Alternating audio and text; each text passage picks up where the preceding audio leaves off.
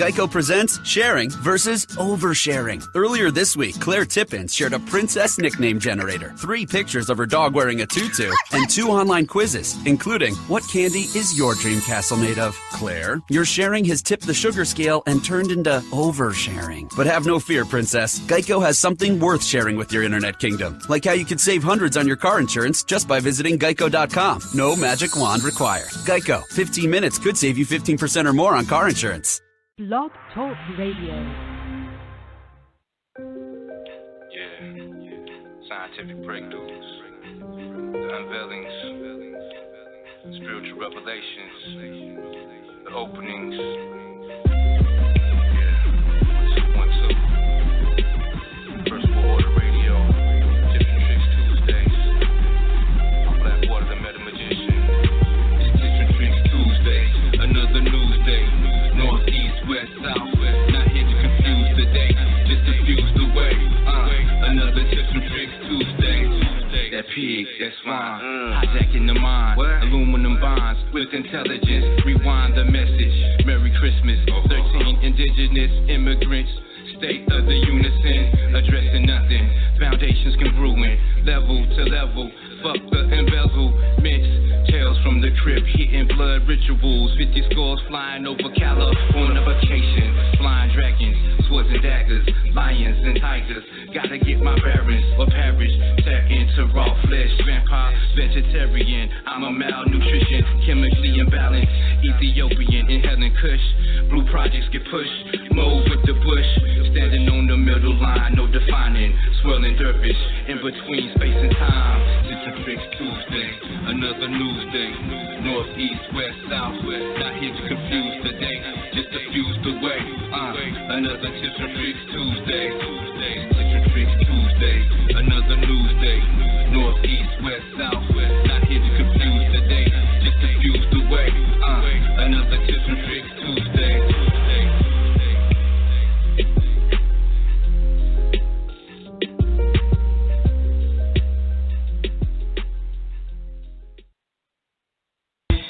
Whether you suffer from pain in your back to aches in your knees, come on down and purchase you some ancestral tea to get rid of all the parasites, toxins, and fleas. Spiritual elevation for cosmic gravitation. So put away the patience, cause there's no time to be wasted. Ancestral tea, that's all you need. Ancestral tea, so you better believe.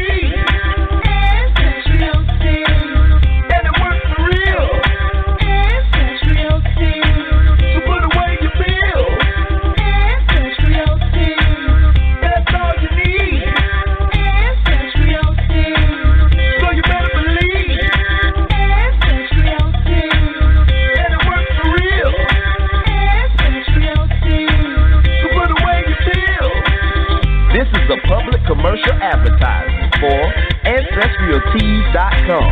All rights are reserved. Peace.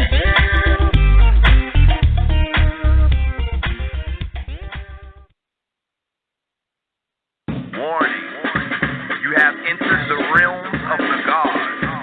So give us your mind and your full attention. So you say you deal with esoteric information? I never heard of such. Well, you're in for a treat.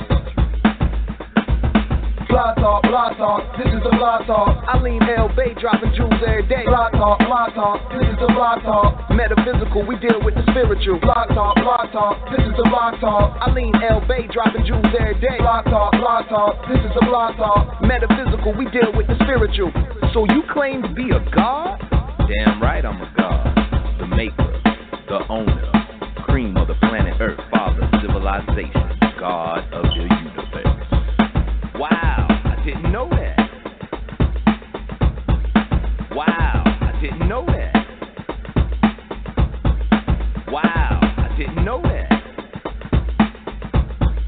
Wow, I didn't know that.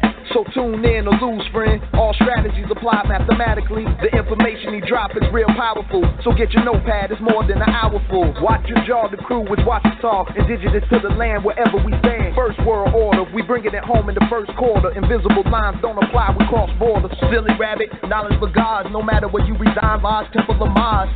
So don't fret or proceed with hesitation. Just tune in to Blog Talk to get the information. Peace.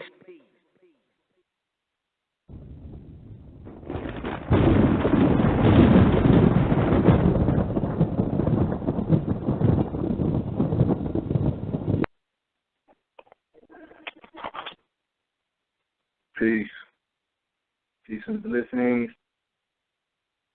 This is another Tipz and Trixz Tuesday on First World Order Radio. And once again, this Tuesday, Tipz and Trixz Tuesday. It's your host, Gave Up the Ghost, Blackwater, the Metal Magician. Yeah.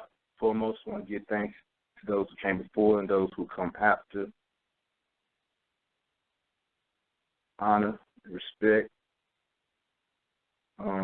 Tonight's F is going to be in honor and respect and in giving reference to Prince Roger, Prince Raj Nelson, and his early demise. He was an icon, you could say, of R&B, rhythm and blues, and whatnot. One of the most innovative singers or artists of this time and era. Did a lot of very creative things in his walk, in his journey, as far as how he moved through the industries, you know what I'm saying, and how he moved the hearts of a lot of us out here. You know, it's one of my favorite singers growing up. We're going to, at this moment, have a brief moment of silence and then conclude into tonight's discussion of Prince of Peace, imhotep. All right.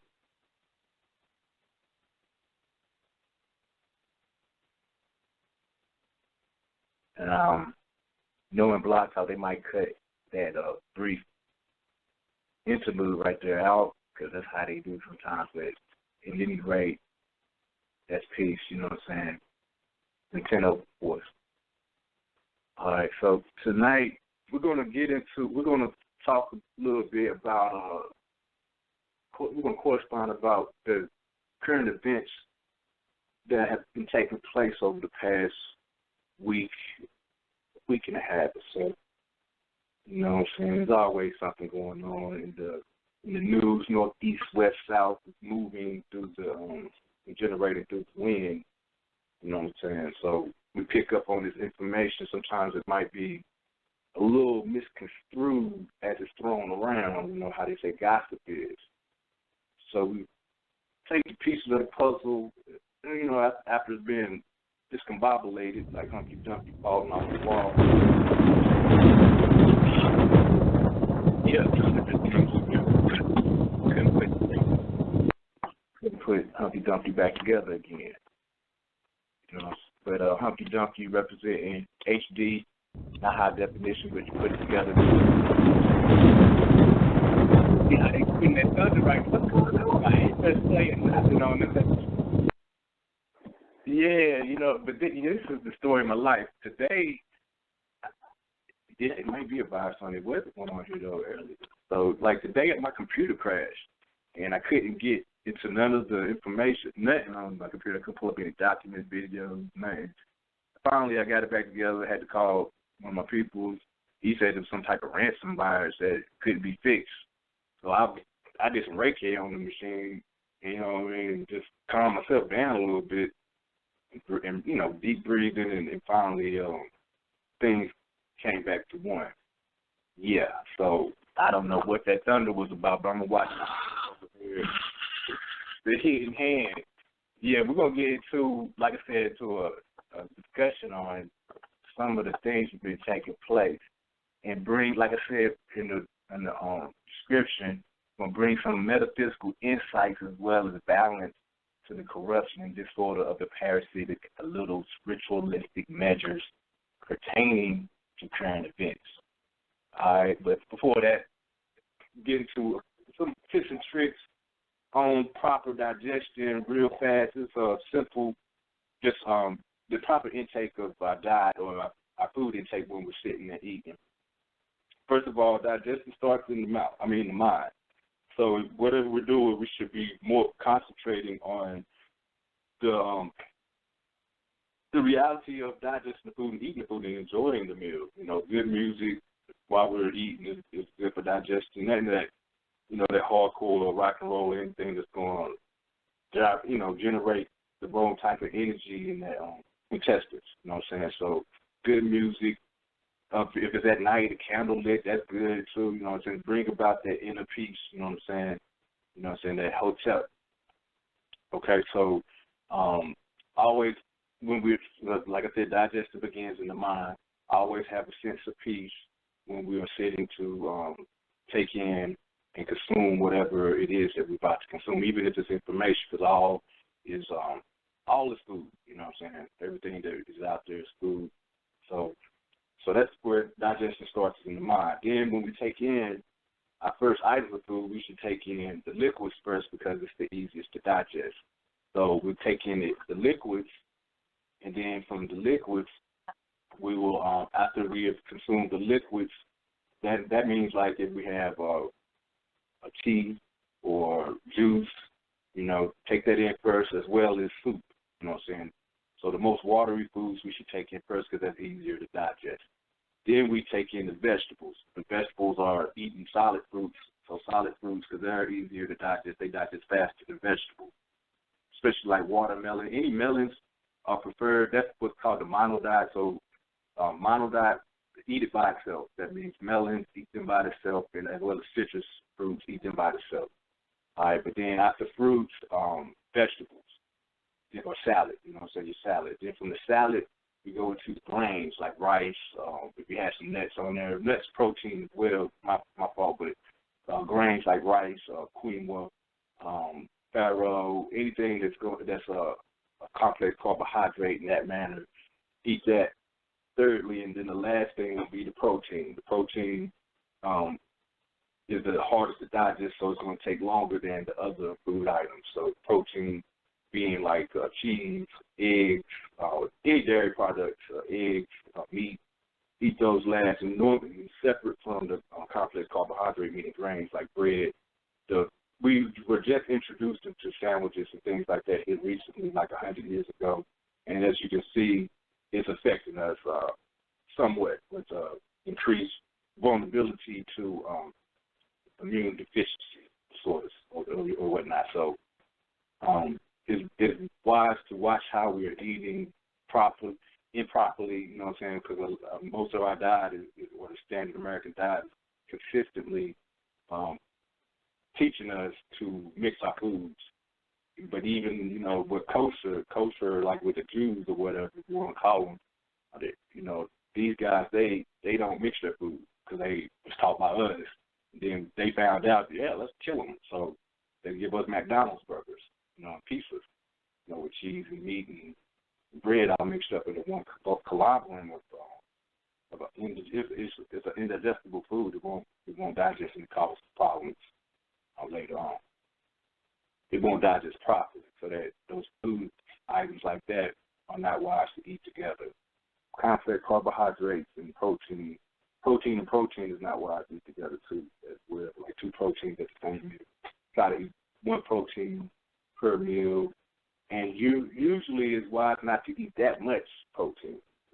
We are alkaline, so 80-20 is what I do. I try to put more vegetables and fruits in my diet throughout the day than protein. It keeps me healthy and keeps me young and moving around. You know what I'm saying? So that's the tips and tricks for the day. And if I'm just going to go into to today's topic, Prince of Peace, imhotep, Prince Roger Nelson. He was a vegan, you know what I'm saying? So if we look at him, I got the picture posted right there next to the imhotep bust or whatever, you know what I'm saying? But but it's still, yeah, he was 57 on his transition, and he looked like he might have been 37. You know, he looked fairly young, you know what I'm saying? And him being a vegan, and they saying that he came up ill with possibly the flu, being that I know how I am when I, you know, might get a cold or something like that. I know how quickly I recover personally. You know what I'm saying? And I'm a vegan. Well, I have been a vegan for the past 3 years. I just recently started eating eggs again, and that's when I got a cold for real. Like in this what was it, October or something like that, for about a week. And well, actually, it was a couple of days ago. It was last month. Yeah, and this was for a day that I felt like I had flu like symptoms. Did some qigong, and the next day I was good. I was back popping almost 100%, but everything went smoothly. And, you know, to say that he passed away due to illness like that and being having a vegan diet, that doesn't sound too true in my own sense. We're going to go into some metaphysical, esoteric type of information, a little something underneath to bring it from under the carpet, so to speak, you know what I mean? First and foremost, again, I want to give thanks to the family, Dr. Alim and Kadira out there, the Queen, y'all, peace and everything, and son. I think they still vacation right now, you know, doing a little thing out there, peace, safe travels and happy travels, you know what I'm saying, in those beautiful waters where y'all at.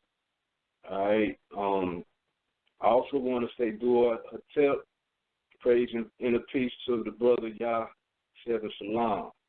The brother, he hit me up right at the right moment the other day.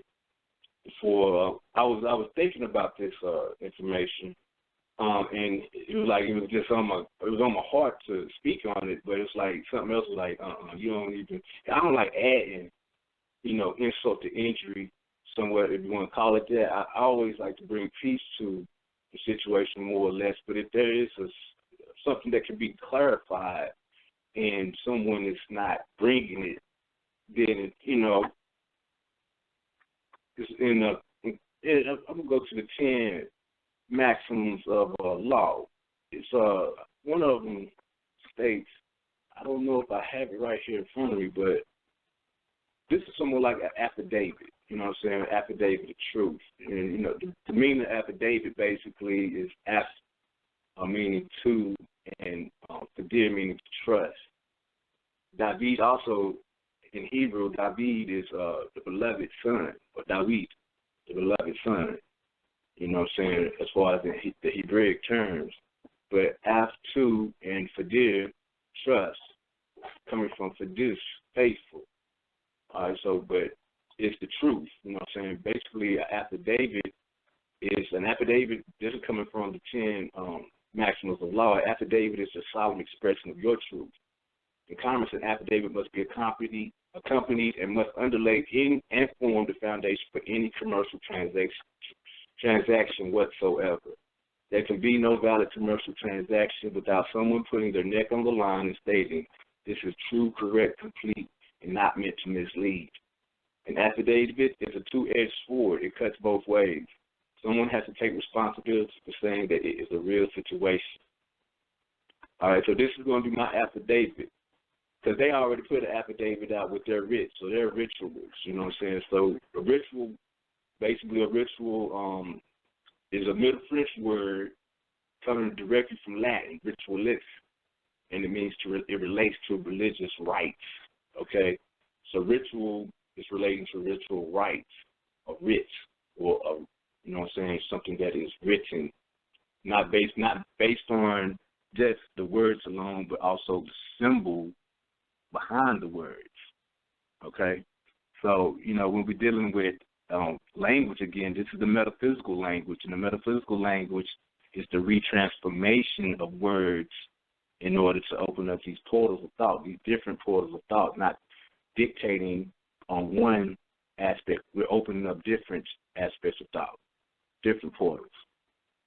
All right, and also when we're dealing with words and symbols of power, the law of words states, and this is the magical esoteric meaning of the law of words, words or symbols are able to change the inner and or outer realities of those using and perceiving them. The words do not need to be consciously understood to have their effect. So, but going and say, like with Prince, or formerly known as, the artist formerly known as, when he started to utilize the symbol as his name in place of Prince, his government name and whatnot. So he changed his name because of the contractual agreements that had been he was under, just like all of us are under a contractual agreement through birth certificate and Social Security, because of the unknowingness of our parents or whatnot, going through that transition. So he changed his name to get back his rights, and what was due to him by his catalogs, his music, which he wanted his masters back. So he changed his name so they couldn't use him as a slave by his so-called slave name or his straw man name. We're gonna go into that a little bit more so too. The reason, like I said, I'm going to give thanks to the brother because I wasn't going to do this. And my sister ain't here right now, but her daughter is. I'm going to let her, because what happened is the night before, or the 20th, April 20th, that night, I was going to rest, and my sister, she stayed in the next room, and her daughter, one night she was there with me. You wasn't here that night? You weren't here? I thought you was. 420, you weren't here. Oh, but you remember, though. You heard about what happened? About the story? Quinn, you was here, right? Because your mom was gone, I was going to ask her to, she left to go to the store, about what happened that night and how, when she asked the question about Prince and everything. Do you recall? Did she tell you? She didn't talk to you.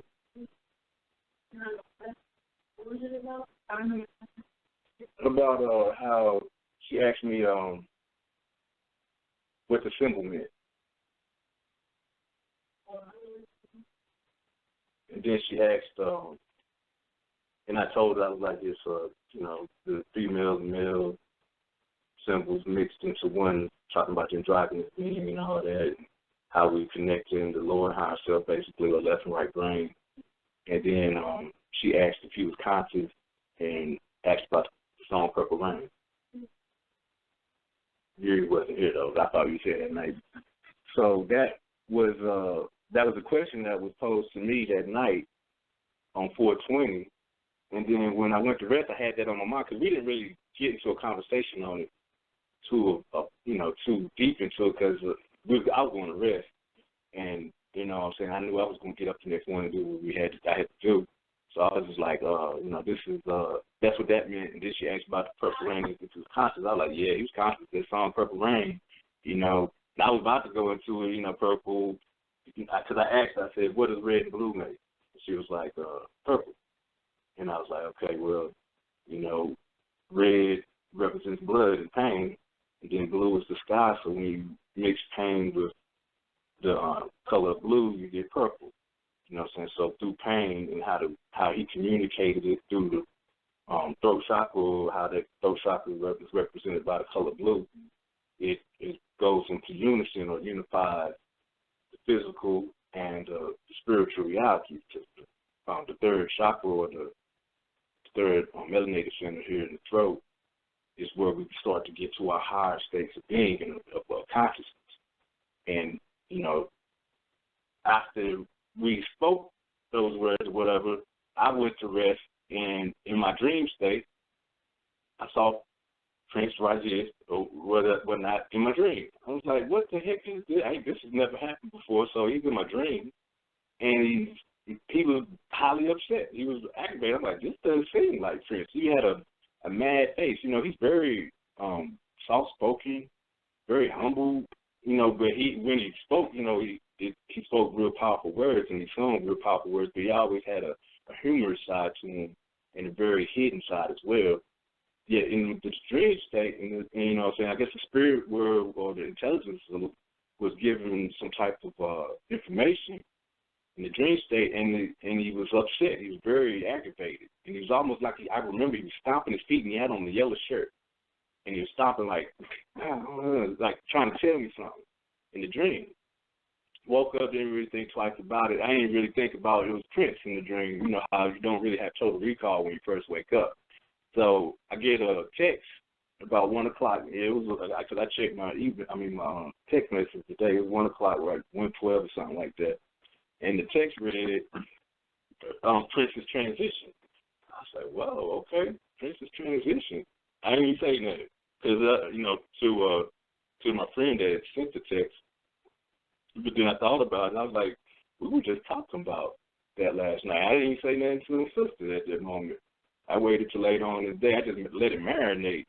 Like, okay, coincidence? I don't know. I don't think so. Irony? Nah, I don't think so. You know, it's the spirit world, the intelligence. Recall in Circle 7, it states, in the Circle 7, Chapter 3, Eluhu's Lessons, the Unity of Life. Again, Eluhu met his pupils in the sacred grove and said, no man lives unto himself, for every living thing is bound by cords to every other living thing. So blessed are the pure in heart, for they will love and not demand love in return. They will not do to other men what they would not have other men do unto them. There are two selves, the higher and the lower self. The higher self is a human spirit clothed with soul made in the form of Allah. The lower self, the carnal self, the body of desires, is a reflection of the higher self, distorted by the murky ethers of the flesh. Okay? So, in the dream state, he was a little upset. And now, after waking and then a few days later or whatnot, it's all in one day, though. We have to have an understanding of that. 0 time is really popping, So, being that whatever took place beforehand, and we're going to go into some other things in a few seconds. So, yeah, that was one of the reasons why I was like, I don't know, a little hesitant, because just having that conscious sense of him or that being, that energy in the dream state, then the next day, and we were actually talking about this purple rain and the symbol on the 20th, 420, and then the next day, this is what, in this reality, this is what takes place, you know what I'm saying? So I don't know what type of clothing he had on that night, if he had on a yellow shirt or whatever and all that, what I'm saying? I don't know what was taking place, but all I know is about maybe 2, 3 o'clock in my deep sleep, I saw a vision of an individuated dual self that had a similar demeanor as the one called Prince, and he was stomping his foot with a yellow shirt on, and he was highly upset about something. You know what I'm saying? So, like I'm saying, though, affidavit. So this is my affidavit, and actually this is my rebuttal to the affidavit, one that they have said, whatever is going on. So this is my truth right here. And recall that truth is in the experience. Like I was saying earlier, a lot of people have been putting a lot of information out there, and they're talking, you know what I'm saying? I ain't going to name no names, because I don't know the names, but they're talking about, go get right with Jesus and how the Illuminati makes people do things certain ways, like this third eye thing and all that, and how third eye means the expansion of wisdom or something. But the pineal gland is a process. Well, the pineal gland produces certain hormones and certain energies within the body, basically. DMT is one of them, of course, you know what I'm saying? Yet, when we have misinformation, we thinking that, this is some type of devilish or satanic information. It is hidden and it has been kept away from the masses because they don't want the masses to become, in reality, who they are, you know what I'm saying? Every being on the planet Earth has this eye for root, or what they call the all-seeing eye that's on the back of the dollar bill. It's elusive, You know, it's like it's away from the reality of where everyone can have get a good grasp on it, but yet it's right there. We have it. So what they've done is calcified it or made it more concentrated with filth instead of purity. You know, fear instead of truth and love. So there is no balance. You know what I'm saying? But what we are here to do tonight is, rebut this a little bit. And a rebutted affidavit stands as truth and commerce. In commerce, commerce basically means to come together. You know what I'm saying? To move together. So we're moving together, but their affidavit, these parasitic littles, is not true. You know, they give half truths. You know what I'm saying? So an unrebutted affidavit stands as truth and commerce. So this is my rebuttal or whatnot. So an unrebutted affidavit comes to judgment and commerce. This is coming from Hebrew chapter 6, verses 16 and 17. The people swear by something greater than themselves, and in all the disputes and oaths is final for confirmation. Meaning that we swear by something that is not ourselves. When we're giving these affidavits or these statements of truth, it's coming from more than what we are looking at in our personality or our ego. You know what I'm saying? I shouldn't go to court or wherever I'm going. I shouldn't have it. If I have a dispute with my brother, I shouldn't base it on what I'm going through alone. I got to look at both sides of the story to make this thing equal and balanced. If I'm just going off of what I'm going on, what happened in my life, I don't know what he's bringing to the table. It could have been something else that was going on before he even came to me with his disgruntled attitude, or if I had some type of problem and he stepped on my shoe and then I'm ready to fight him. It's not because he stepped on my shoes, it's because I was frustrated way before I hit the door of wherever we met. You know what I'm saying? So that's the balance. You know what I'm saying? We can't go off of ourselves. We have to go off something greater than ourselves because we're all connected with these cords. You know what I'm saying? Over emotionality leads to a lot of disruption, a lot of confusion.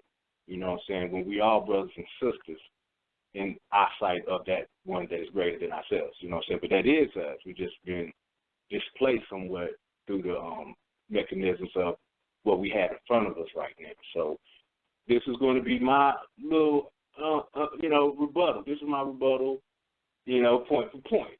You dig? So we're going to go into it, you know what I'm saying, and have some fun, though, while we're moving with it, too. Then we don't want to make this thing what happened too political. You know what I'm saying? That's just talk. You dig what I'm saying? So when we're dealing with politics, we're dealing with a big bunch of jargon that is legalese and it ain't actual and factual. So I'm going to do the breakdown on a few of these words, and then I'm going to have some playbacks, too. All right, so one of the things that the good brother has said or posted from my knowledge is that he is transformed. You know what I'm saying? And this was 3 days prior, if I'm not mistaken, to his transition. So we look at the word transition. It's very similar to transform. Or I did a blog a couple of months ago called entrainment, or entertainment. So we look at the word first, entertainment, because he worked inside of what we call the entertainment business. And we know Hollywood is a cabal of mysticism or magical rites where they are working spells through television and through radio. You know what I'm saying? So Hollywood, even the word Hollywood, it stems from the holly tree. So in the holly tree is where they, in the Norse mystical system, the Druids would get their wands from. They would cut out the holly tree and use their wands. So when the so-called European, the maniac European devils in America, or the range melanated individuated duels that came over here, they developed a system called Hollywood that was based on the holly tree. You know what I'm saying? And we all know that Prince was under contractual agreements with Warner Brothers, one of the most notorious so-called members of these parasitic littles. You know what I'm saying? So this word entertainment, basically the word entertainment means the act of entertaining and agreeable. It means the act of entertaining, which is an agreeable occupation for the mind, diversion, amusement. All right. So that means it's an agreeable occupation for the mind. How is that agreeable? I don't get it. I mean, yeah, I guess, you know what I'm saying, something that we find amusing, but it's also diversion. So that means it's deviating for us from doing something that could be more beneficial for ourselves. So when we are being entertained and paying attention to whatever that external entertainment may be, it's occupying the mind. And as we know, the state of the United States or corporation, you know what I'm saying, the United State of the corporate United States is now occupied. We're under the so-called martial state or whatever, police state. But you know, it's been like that for a minute. We don't accept it or agree with it. But you know, just with the birth certificates and signing off on those, yeah, you can see this is what they call a police state. You know what I'm saying, with these policy holders or these policy overseers. You know what I'm saying? So entertainment is basically is saying that it's an agreeable occupation for the mind, but it's a diversion. All right, something affording pleasure, amusement, diversion, especially a performance of some kind. You know, so these shows and stuff we go into, football games, you know, things like that. We're paying attention. You know, so we're giving our attention, our energy to something that this external is giving us an amusement, like an amusement park. Yet and still, it's a diversion from something else that's greater.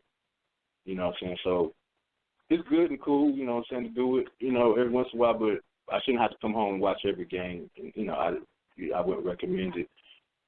But all in all, that's what it means in the definition. So now we go into the etymology, entertainment. En means to cause to be weak or to make weak. It also means to put in or put on. Ter means three. Comes from Latin tertius, tertius, third. Tain means a tin plate for mirrors. It's an alloy of silver and lead. Mint means mind. So basically it means to put silver and lead in the mind 3 times to cause it to be weak. And if we know anything about chemtrails, we know chemtrails are very reflective, like tin plates for mirrors is what it says, a thin tin plate for mirrors. You know what I'm saying? The good brother Prince spoke on chemtrails, you know what I'm saying, and how when he was a child, he saw the chemtrails. All right, so matter of fact, I'm going to play this real quick. I'm going to play something that we probably all had listened to, as far as him speaking on the chemtrails and everything. So after these messages, you know, I want to go back to Jack Johnson because he's still in the back of my head. I can't get him out of my head where this conversation is concerned.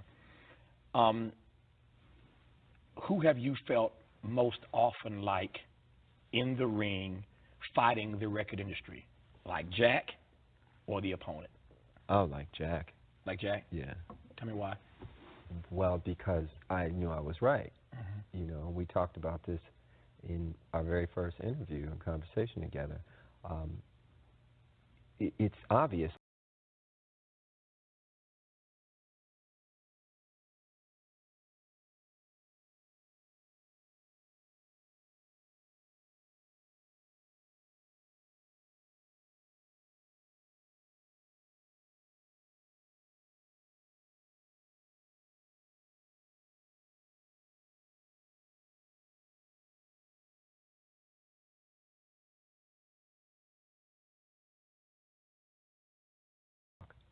You know. There are 4 songs that I want to ask you about, and I did what I have never done before, which is to actually print these lyrics out. Some of them, I'm since the record is so new, I'm learning some of them. I got some of them memorized. Who gave you the lyrics though? I've seen some really strange rewrites of my stuff. Well, I've seen one time they said the lyrics to When Doves Cry was dig, if you will, the picture of me, Marvin Gaye, and the kids. Yeah. You know?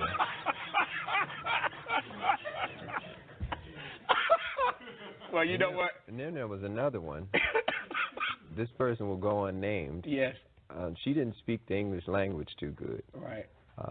She had a really cute daughter, so that's why we was acquaintances. Yeah.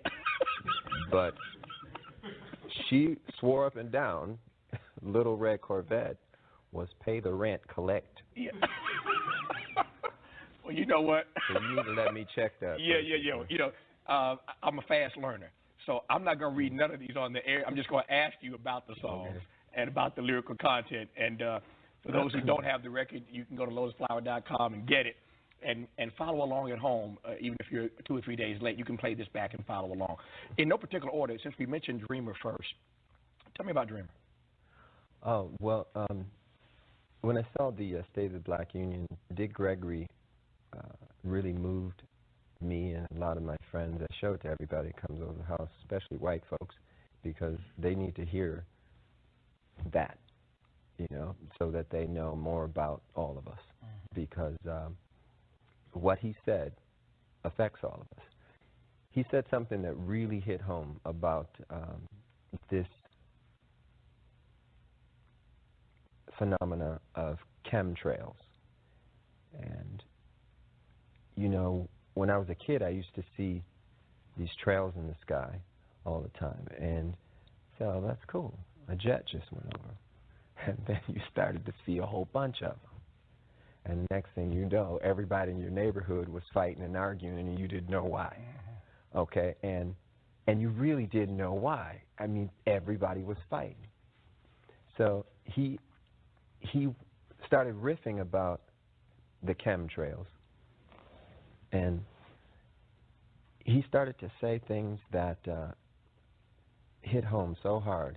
And I would recommend that everybody try to get what he said online or wherever and try to get a copy of it and just listen to it.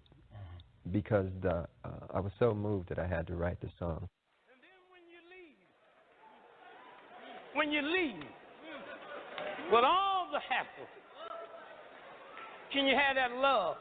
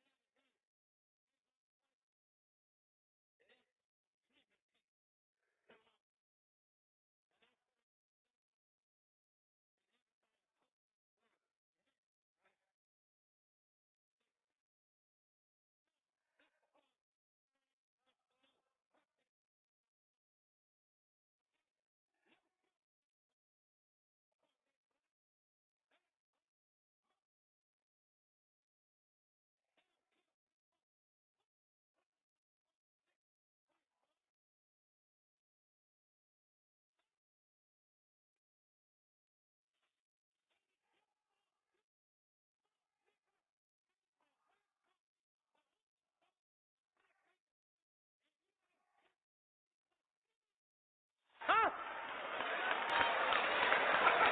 How much lead are you putting in my neighborhood?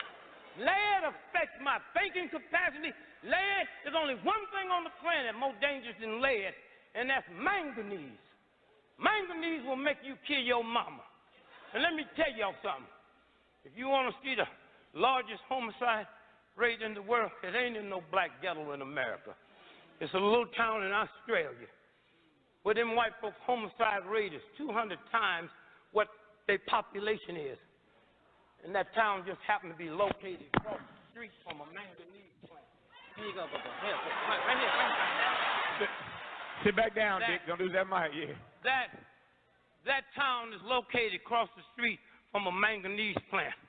How much manganese are you spraying in my neighborhood at night while I'm asleep? How in the world can a 9-year-old child find a heroin man, but the FBI can't find it, and you gonna tell me that's a black thing? Y'all crazy? What is this about? These are the things that need to change while this brother and sisters on their way to the White House. And when you see Hillary, and y'all see Brother Barack thanking for me, and you white folks need to be thankful, because if y'all had a brother like me, y'all would really be in trouble. That's right. That's right. That's right. That's right. Okay? Ladies and gentlemen, Dick Gregory. Dick Gregory. Dick Gregory. I was so moved that I had to write the song.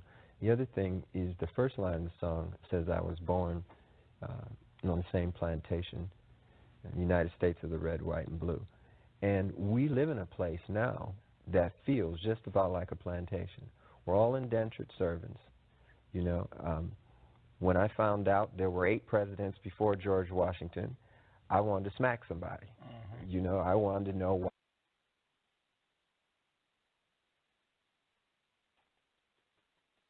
Yeah, thanks.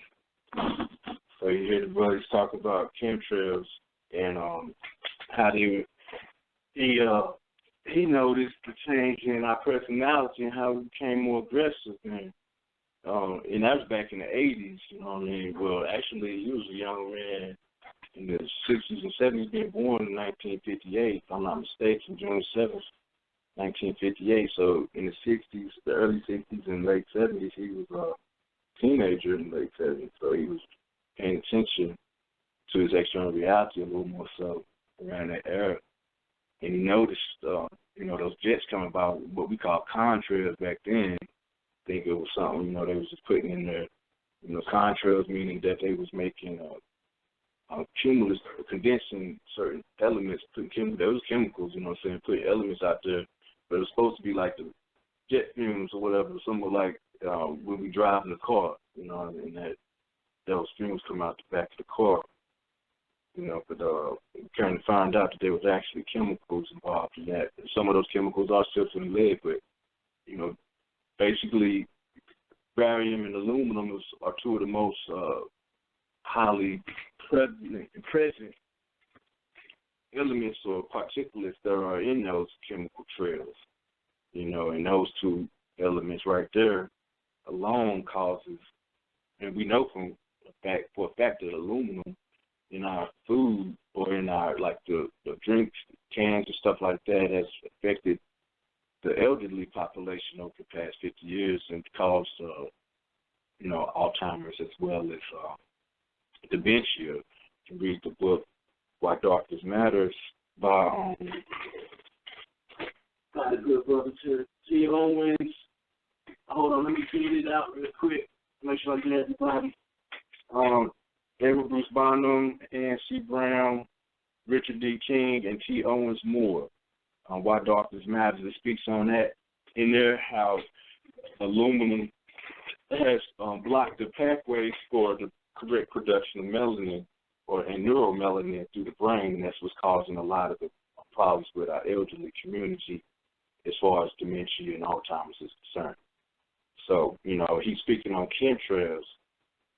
And it goes to me, he's one of those individuals to do self that was ahead of his time. One of the most popular songs he came out with is Purple Rain. You look at the word chem means, of course, it means dark, black, so chemtrails, purple rain, you know what I'm saying? And when you look at it again, as I was saying earlier, purple is formed with the two colors, primary colors of red and blue.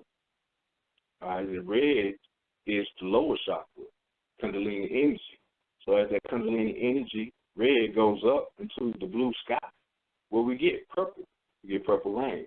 So the brother was speaking on chemtrails and how it was affecting us through the Kundalini energy and how it's refracting or reflecting off of barium and aluminum sulfates, those chemtrails, then through the ancestors, through the intelligence. You know what I'm saying?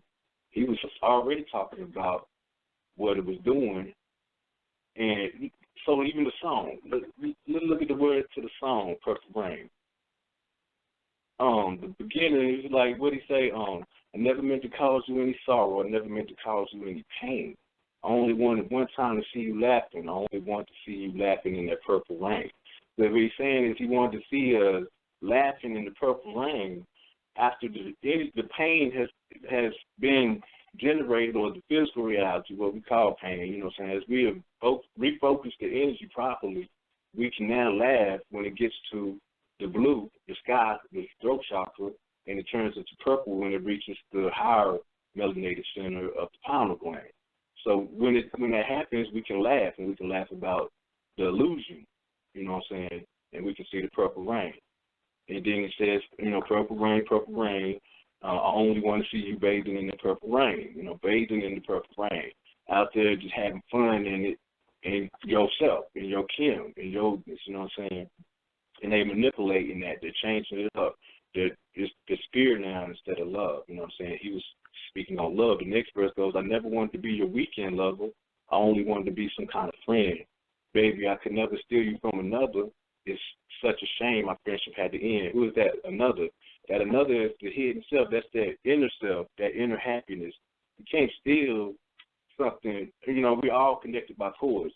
So those cords, we see each other there, you know what I'm saying, and we represent each other as who we are physically, yet still that interconnection is not the permanency.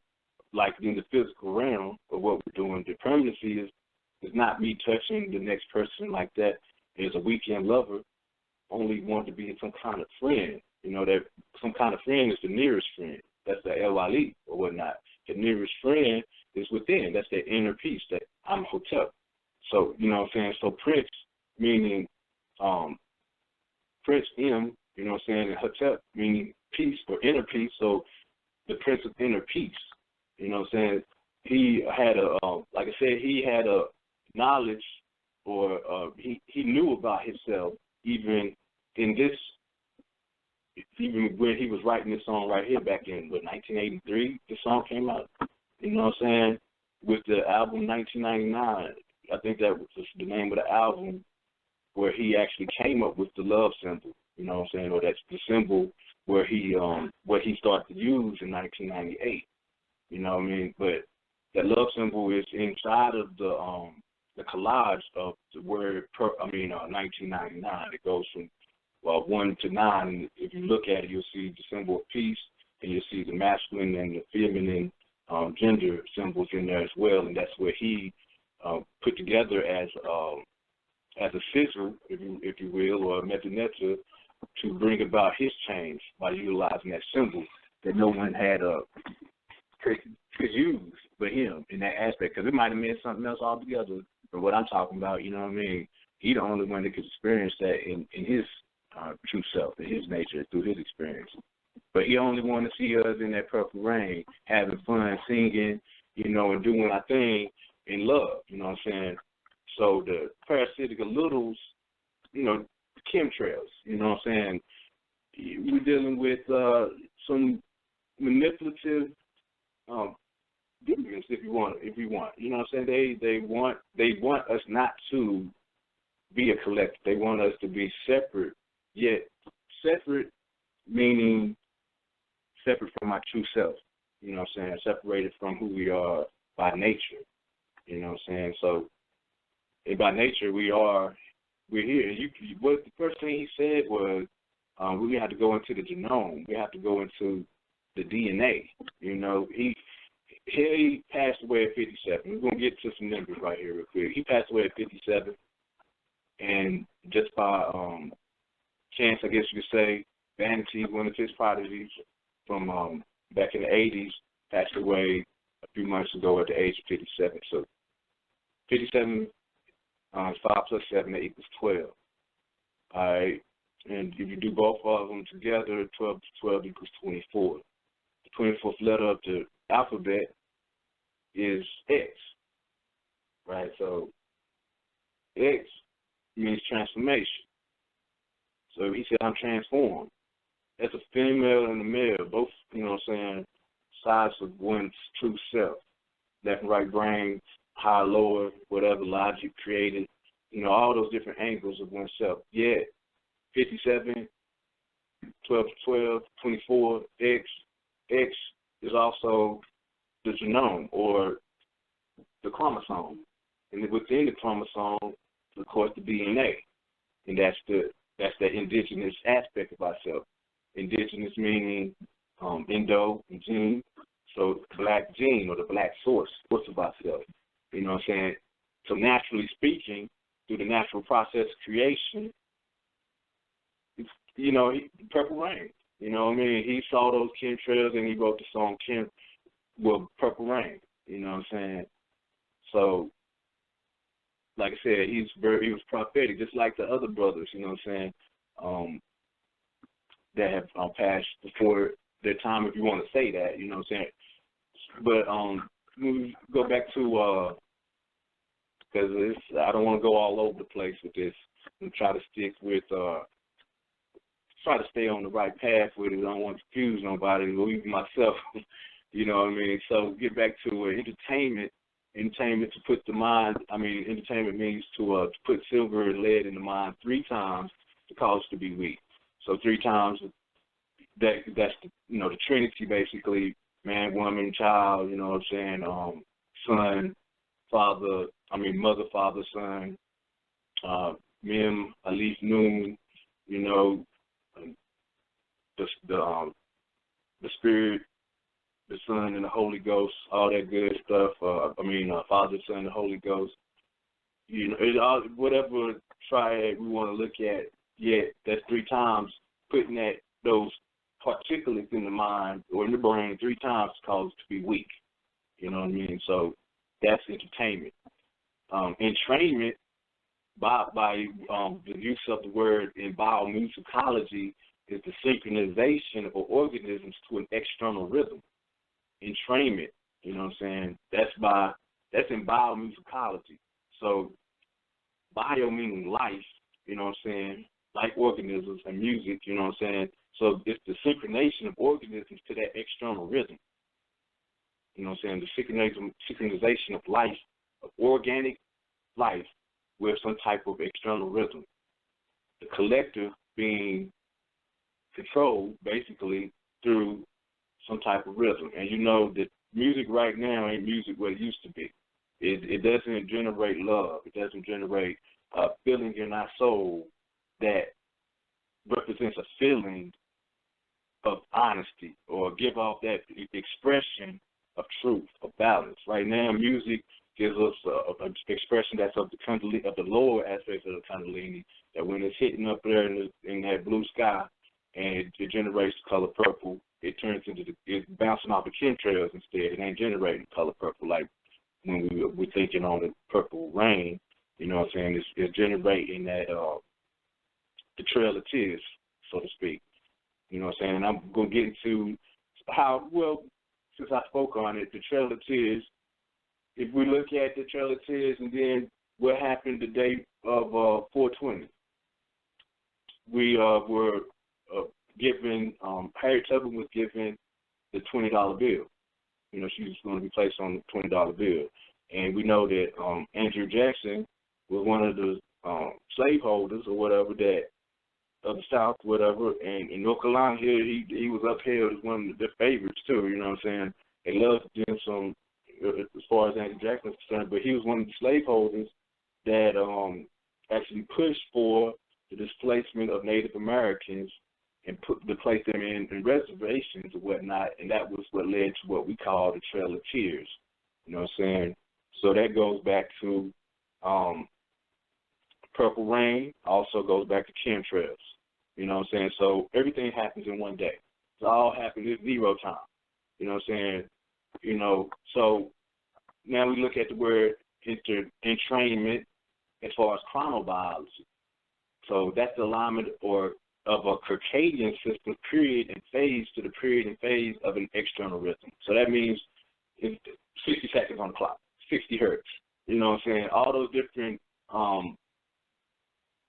alignments of the circadian, meaning a circle that is a cycle that's continuous, that's from a external means. The alignment of a circadian or circadian system, period and phase, to the period and phase of an external rhythm.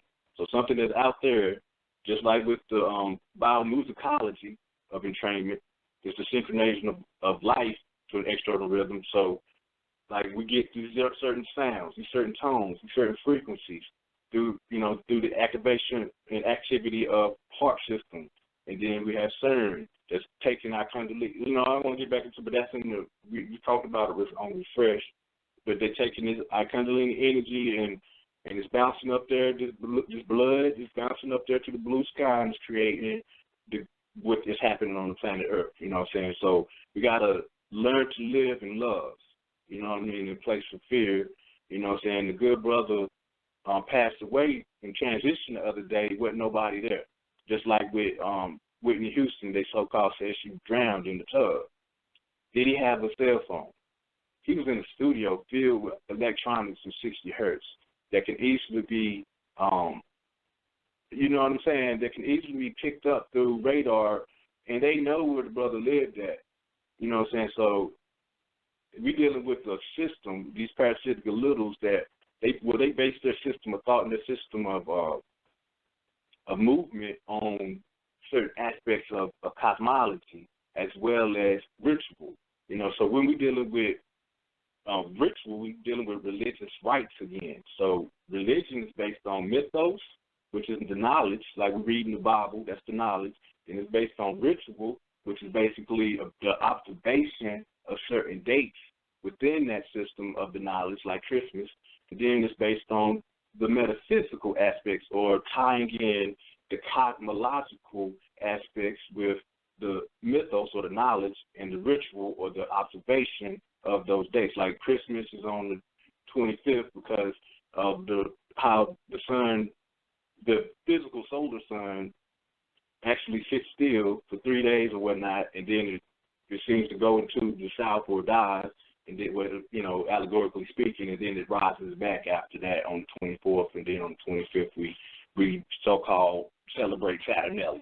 That's what they do. Personally, I don't observe any of those so-called holy days. Every day my birthday. You know what I'm saying? There's nothing to really look at like that and all to try to represent it or represent it as something that's physically, externally more prevalent than what we got going on in our inner self, in our inner reality, our inner universe or whatever, our omniverse. Because once we get caught up on the physical thing out there, we're giving that power. That's the devil. That's the live. That's Satan, so to speak. You know what I'm saying? But in reality, we are generating and formulating that right there. But they know now how to manipulate it back towards us to where it ain't even looking like we're doing it. And it's unintentional, but in actuality we are. And but we've been played with again. We've been manipulated. So entrainment is the word means basically to put the mind in a supreme state of suspense. You know what I'm saying? So that entrainment aspect is taking and putting the mind in a state of awe. You know what I'm saying? So it's like hanging from both sides. That's that what's called fractalization. I think that's what it's called, studying that as far as with personality and how in psychology they turn on a switch and turn it off a switch. Some of the, also with brainwave entrainment, I'm going to read this real quick. I call brainwave entrainment unintelligible artificial brainwave entrainment because we're not knowledge. We don't know that it's taking place. You know what I'm saying?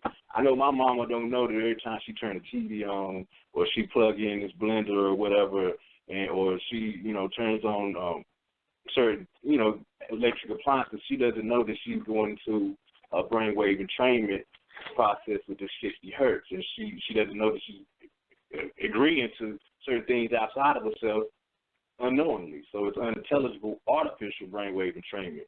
This is any practice that aims to cause brainwave frequencies to fall into step with a periodic stimulus having a frequency corresponding to the intended brain state. For example, to induce sleep. They said Whitney Houston was found drowned in a tub.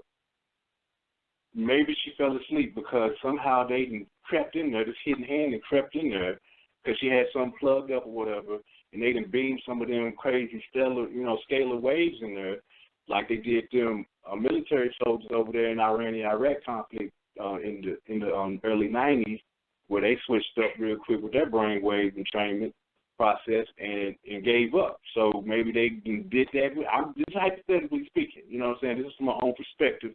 Yet, it happens. We're going to get into that. It happened to me. a minute back in 1990. I was in the military, got out in 95, 96, but get things, you know what I'm saying? All right, so it purportedly depends upon a frequency following response on the assumption that the human brain has a tendency to change its dominant electrophalogram or EEG, and that's a test that detects electrical activity in our brain using this small little flat metal disc with electrodes, you know what I'm saying, attached to our scalp. But the brain cells communicate via electrical impulses and are active at all times, even when we sleep. So this activity shows up as wavy lines on an EEG recording. Towards the frequency of a dominant external stimulus, such a stimulus may be aural, that means through the ear. Remember, heart means highly active oral research program, as in the case of binaural or monaural beats and isochronic tones, both visual, as with the Dream Machine. So that Dream Machine is a TV, basically. A combination of the two with the mind machine or electromagnetic radiation. So when they fuse this oral with this visual, this audio with this visual, which we will now call what we call television, tell a lie to our vision, telling meaning we're hearing, and visual meaning we're seeing. This is a combination, and it's a powerful combination because it causes brainwave entrainment, unintelligible artificial brainwave entrainment, what I call UAB or UIB. You know what I'm saying? So that's what's happening, a little something up underneath. Now, I'm sweeping this dirt from under the rug so we'll see in truth and how to balance some of these things. You know what I'm saying? And we're going to get into that too, because with human spirit synchronization, that's natural brainwave entrainment. This is the potential and generally desired result of brainwave entrainment, and it refers to a state when the brainwave pattern of the right and left hemispheres become alike. All right, the symbol. You know what I'm saying? When Prince fused both of those symbols together, the feminine with the masculine and the peace symbol, inner peace, hotep, that's where we have both hemispheres of the brain becoming alike, and we're in unison with self, inner peace. There's nothing external giving him happiness. It was his inner self, his inner work giving him happiness.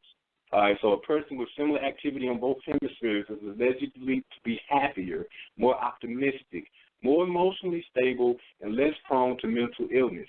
As increased levels of synchronization are found naturally in people. Increased levels of synchronization are found naturally in people who meditate regularly and people who are very content with their lives in general. I think Prince was a meditator. I'm not sure. I don't know, for sure. I typed it in on Google. I thought Google had all the answers. I thought Google was the internet guru. Yeah, it didn't go to that ballpark for me. My computer was all jacked or getting this information together. But get thanks. You know what I'm saying? All right, so that's natural brainwave entrainment, a NABI. All right, so UIB is brainwave, unintelligible artificial brainwave entrainment, where there's an external device creating some type of stimulus that causes the frequencies of the brain to fall in play with that external device. That can cause detriment to the physical body because the physical body is connected by electrical waves as well. So when it's disrupted and it's not properly aligned through the spinal and central nervous system, what takes place is the organ system can fall under attack. You know what I'm saying? So this silent war with these silent war weapons, scalar weapons, can be utilized against one from distances far beyond what we are imagining. We think somebody walking in and maybe, choking somebody out or something like that, when it could be just this telephone using too much putting and generating certain frequencies within my spinal cord that can cause, that conflict within self and me pass out or whatever. My sister passed out one day. She just got off the phone. She was walking, and she was getting into the car, and one of her friends, same thing happened at the same apartment complex. Was walking out the apartment. They had been doing whatever they was doing in there, watching TV, got off the phone. She had got a call to go somewhere. Before she could get in the car, she passed out and busted her head open, and she's still wearing the scar on the side of her head. And it happened to her friend at her house that she was actually over. It happened to her twice at the same apartment. She moved from that apartment since then. But, they put these chemtrails in certain areas of our, where we reside at because they know what melanated beings are. So they want to generate these feelings, these, lower emotions, so that it cause friction. You know what I'm saying? Instead of balance or fusing, it's causing confusion within those realms. All right. So now let's get into the ritual, actual dates. I'm not gonna go through the whole year right here, right now. But you can look it up. It's probably occult rituals or calendar. Occult ritual calendar. Just type it in Google and you'll see this. But starting from April 19th to May 1st is blood sacrifices to what they call Molech or the beast or whatever. Also, they do fire rituals from that time. Fire sacrifices required on April 19th. You know what I mean? So from April 19th to May 1st, it's a 13-day period. 13, that's the letter M in the Hebrew alphabet, and that means blood, chaos, and water, right? So 13 is blood, chaos, and water. What we just was mentioning on again is the color red, blood or pain, physical reality, going up into the blue sky, right?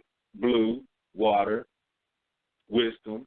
You know what I'm saying? Wisdom comes forth it comes in silence, but we have to communicate that wisdom outwardly. So that's the throat chakra again, color blue.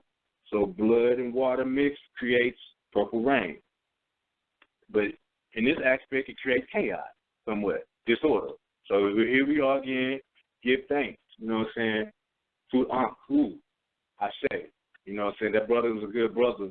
And we're about to see how powerful he is in reality because, okay, then look at this right here. On April 19th, they were supposed to resurrect the archway of the Temple of Baal in London and in New York on April 19th, right, of this year. You know what happened over there in Syria, if I'm not mistaken. They blew up some of those. They blew up that monument. Well, they blew up the area. They had, the so-called ISIS had that whatever was going on over there, the ISIS state, ISI, Islamic State, but it was in Palmyra, Syria, and they blew up that whole place. But the Temple Bell was still there, and they say that this temple was like it was a pagan thing. You know what I mean?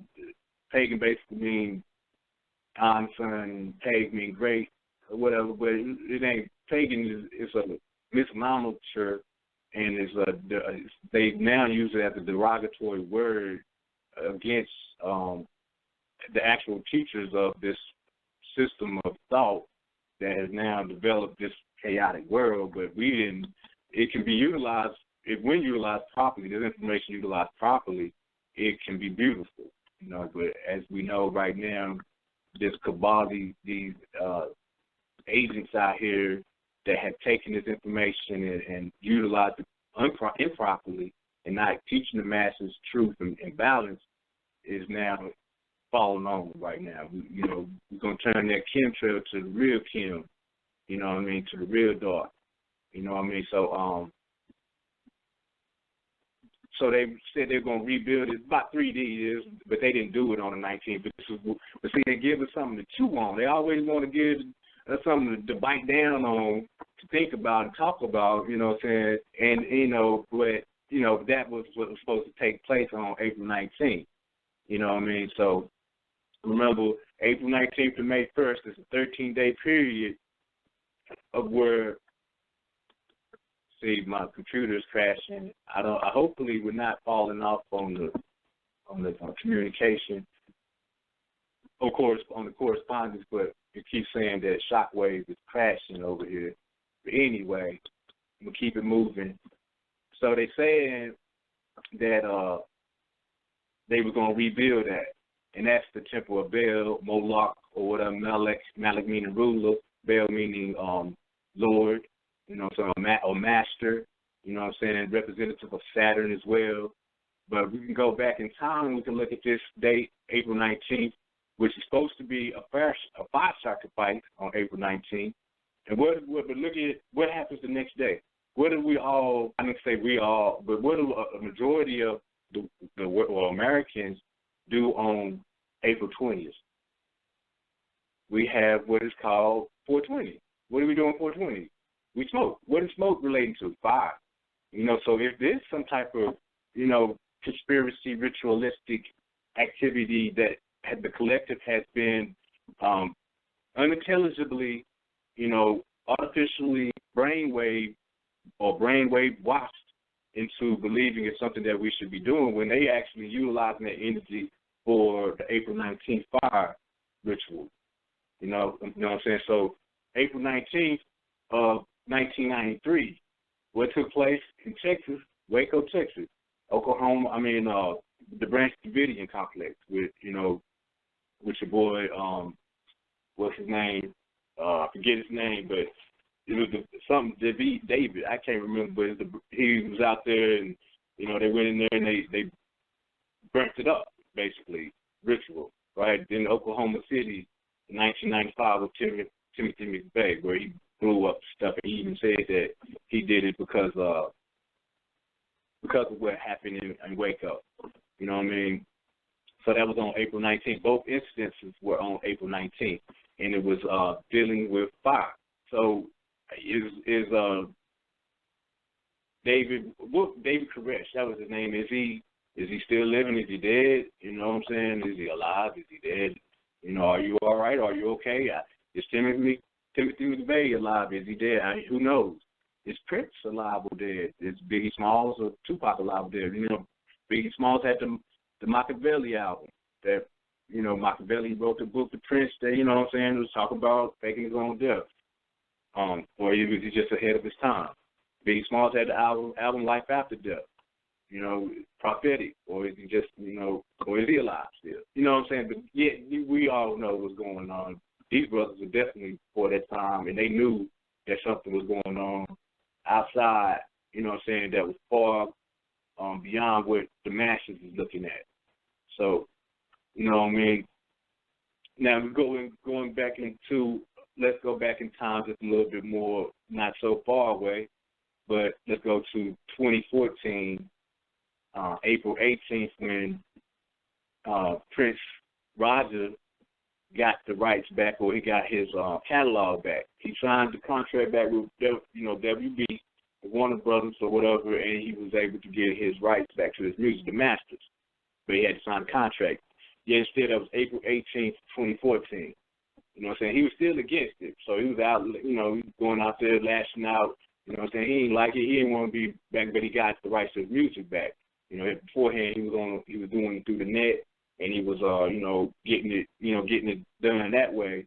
But when he got the actual publishing rights or the masters, he was happy about that. So that was April 18th, 2014.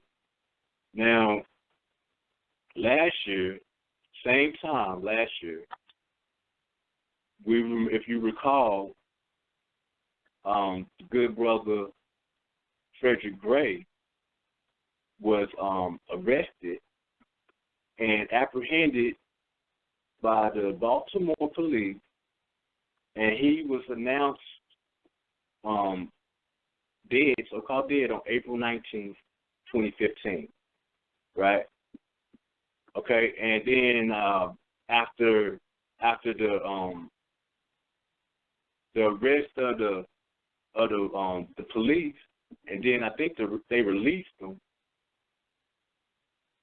Oh no, it was after the funeral. Yeah, after the funeral, there were more protests, and then they burnt up the CBS, and it was other fires, and they were looting. The brothers and sisters up there was looting and all that. And that was April 27th, April 25th, you know what I'm saying? And they had martial law and all that. They shut down Baltimore for a minute. All right, so look at the word right here, Baltimore, Baltimore. Who are they worshiping, or this ritual, with this cabal, these so-called Jews or whatever? They dealing with, again, the Kabbalistic rites, the mystical system of the Kabbalah. All right, like they were saying, they're going to resurrect what? They're going to rebuild the Ark of Baal or whatever, right? So the Ark of Baal, the Temple of Baal, is really, in the Kabbalistic sense, is based on the tree of life and the two pillars. The two pillars are the left and right pillars of Boaz and Joachim, or Chesed and Gabara. Gabara meaning strength, and Chesed meaning mercy or love. The Gabara also meaning severity. That means slave, you know what I'm saying, or one who is acting under the will of something, governed by something other than itself. So we need strength. So we have Boaz, that's Gabara, that's the left pillar. Then we have Joachim, or Joachim means, if I'm not mistaken, it means the established by God. It's the so-called father of Mary, or Mara. You know what I'm saying? And Mara means the great sea. You know what I'm saying? The great sea is that purple rain again. You know what I'm saying? That's the tears of rock. You know what I mean? That's that sweet nectar coming from our pineal gland, the crown chakra, or the, you know what I'm saying? When all of that activity is fused together, it goes into the pineal gland, Haru, and that light goes back into the body and formulates the physical body. And when it's in truth and in love, then that physical body will go back out externally and formulate the physical reality, or that spiritual light that goes within will come out and formulate the physical reality properly. You know what I mean? They didn't want us to use that purple rain, you know what I'm saying, to bring up the pain, you know, those tears, those trails of tears, infuse them and bring up and communicate it in love. You know what I'm saying? They want us to communicate it the way we feel it inside of that realm of fear. You know what I'm saying? That false experience appearing real, that illusionary reality. You know what I'm saying? That Maya. They don't want to, you know, or the parasitic illusions, or the ones that utilize Kabbalah, or the Kabbalah in that way. You know what I'm saying? The Kabbalah means it's an oral tradition. It means basically, I think Kabbalah means to speak. You know what I'm saying? Because it was passed down through an oral tradition, basically. You know what I'm saying? So it means to speak the truth. And this again is the affidavit, my affidavit, and this is the rebuttal of what they have given to us visually.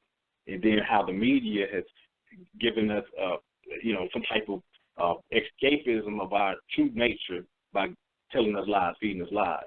All right, so that's Boaz and Joachim. That's the art of the what they call the temple of Baal, or whatever, that they were going to resurrect on the 19th, which in retrospect and in balance is not something external. That's something that's going on within the human body as well. Those two pillars are representative of Ida and Pagala and the Sushramana.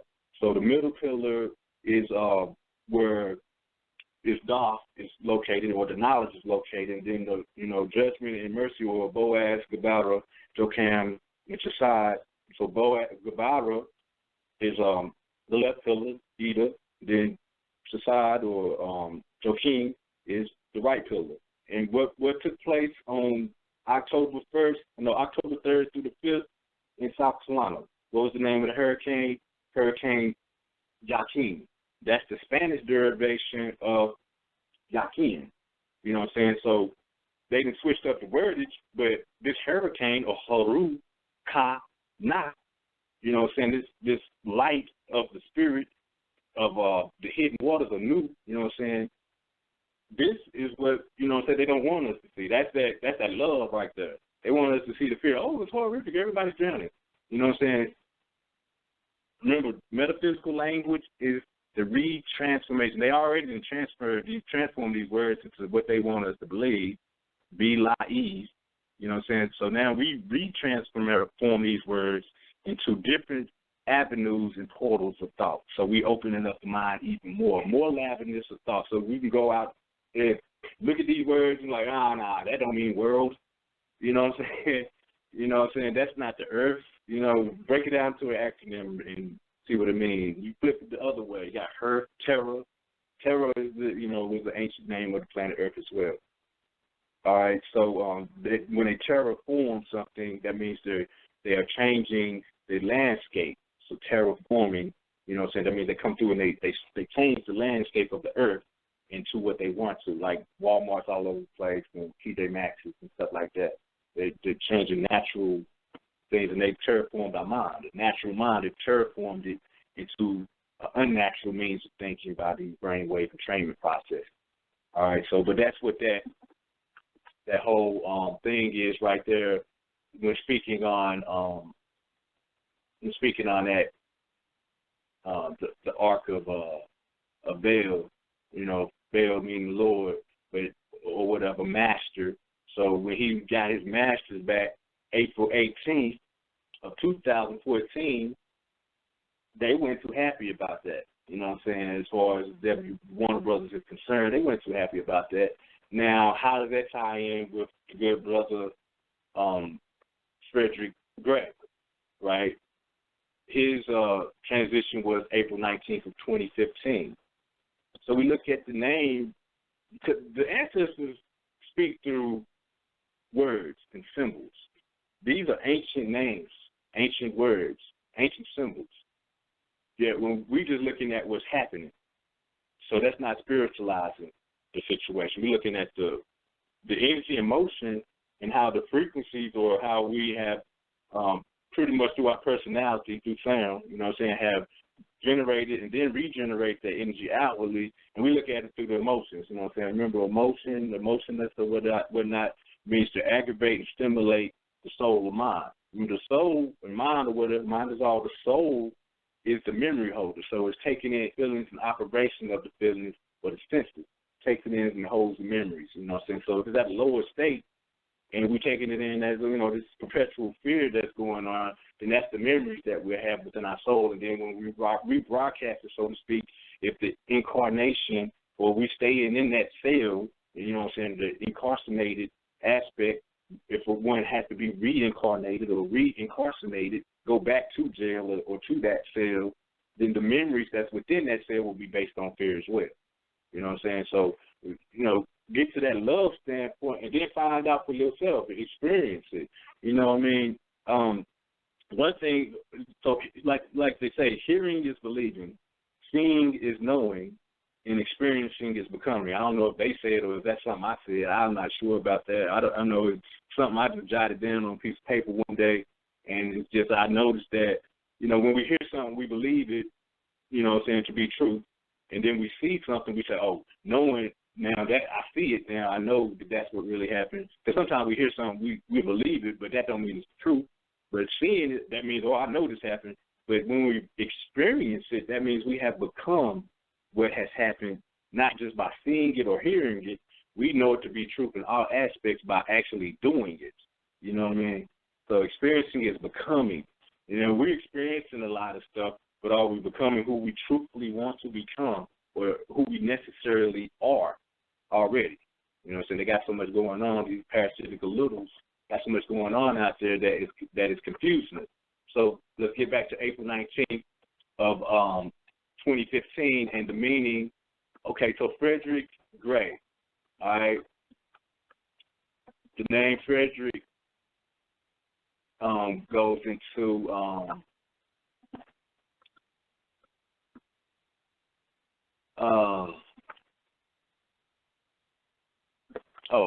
Frederick means peace, and you know what I'm saying, it's like Rick the Ruler, you know what I mean, Slick Rick. But so we got peace for ruler, right? So freed, F-R-I-D, freed means peace, okay? It's an English form that means peace, and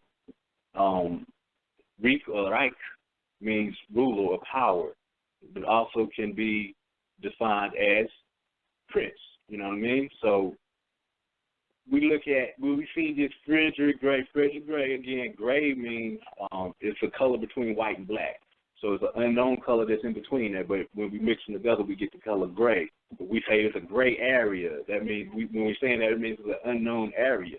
And that unknown, as far as in arithmetic, unknown is equivalent to X, right? So Frederick Gray breaks down to imhotep, unknown, or imhotep Osir.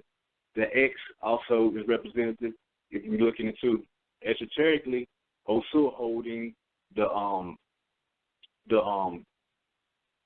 scepter and the crook in the staff, the shepherd's crook and the flail. I mean, so the shepherd's crook is taking and pulling in the lower self or the animal. You know what I'm saying? And the flail is taming, creating obedience within the animal nature. You know what I'm saying? But this X right here is also representative of the chromosome. All right, so that chromosome or that vortex is bringing in the genomes. Those patterns of light that we speak on as the spectrum codes. You know what I'm saying? And that's the hidden light of the intelligence, the infinite, immortal, internal hidden light of the intelligence.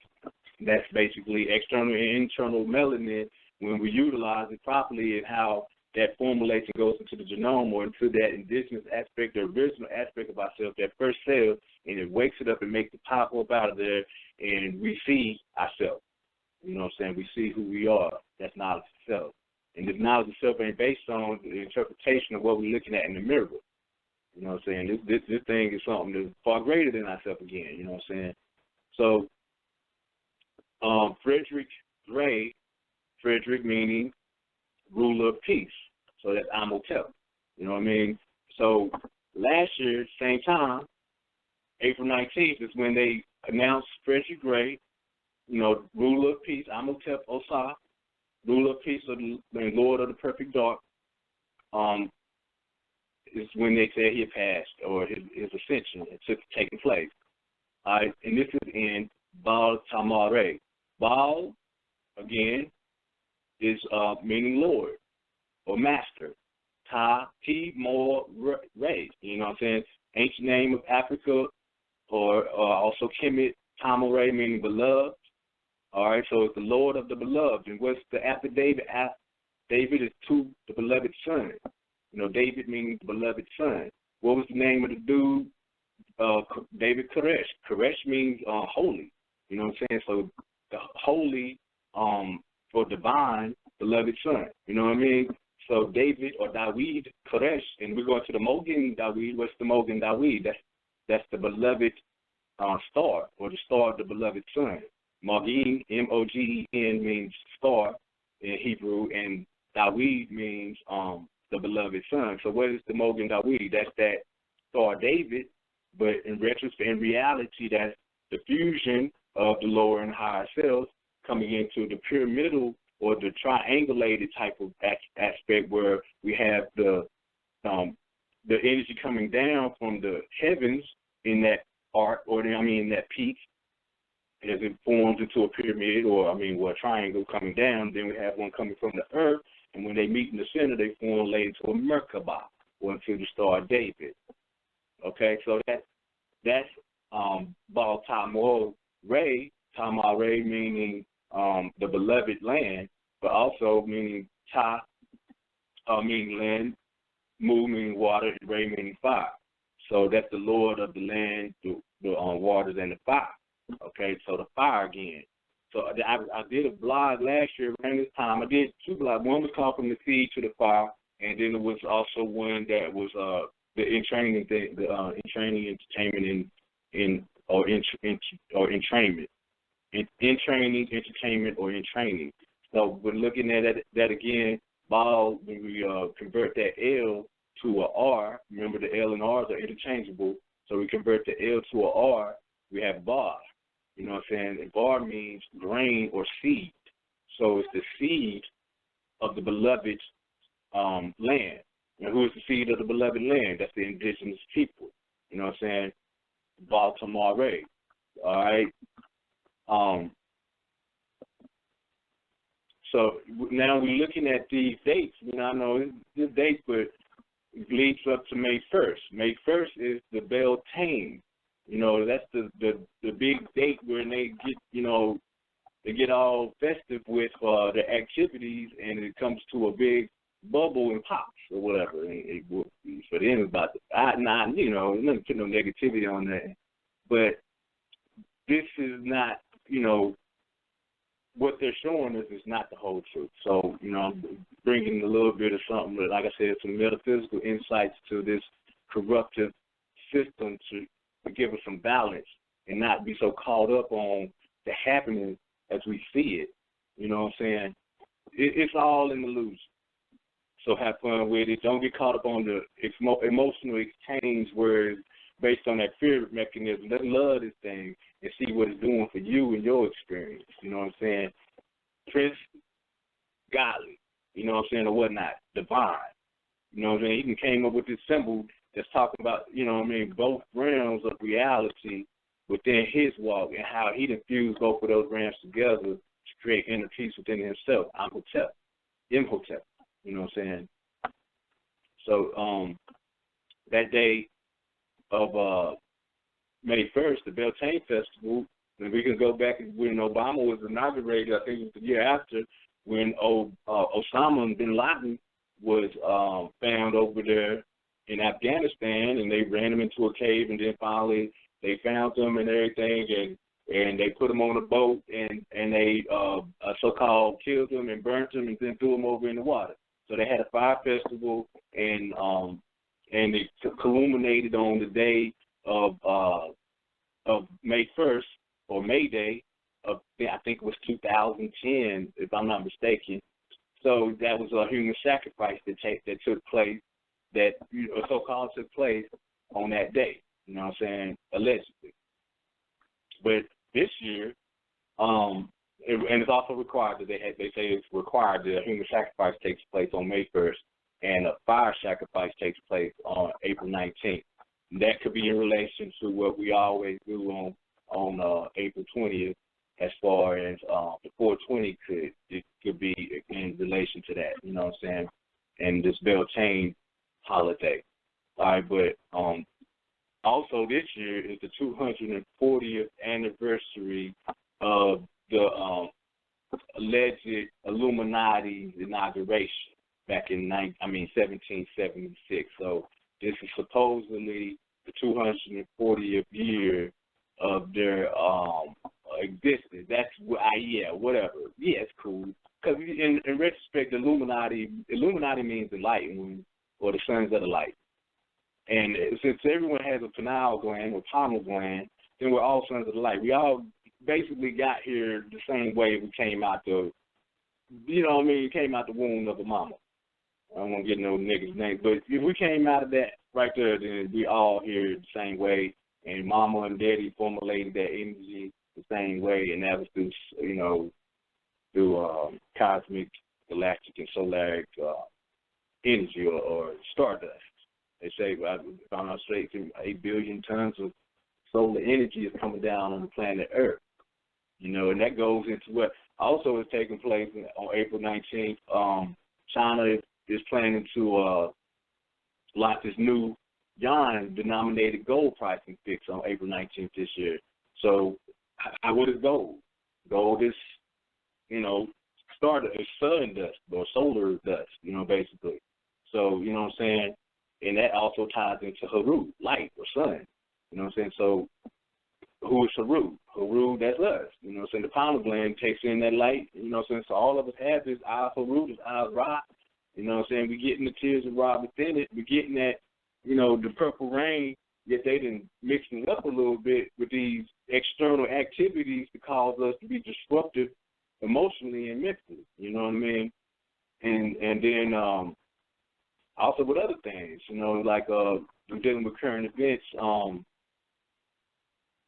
you know, so I just tied in last year's event or whatever, that ritual last year with the good brother imhotep Osir, you know, Prince of Peace, Lord of the Perfect Black, that's Freddie Gray, and then tied it in with, you know, with Prince Roger, you know what I'm saying? Prince Roger, looking at his name and that answer, Prince Roger Nelson. All right, so Prince, that's Piri Naka. So that's the Pir is the house or the temple of wisdom. Roger is Ra. That's the intelligence. And Jir is silent. It also means love songs. This is in the net year. It also means love songs.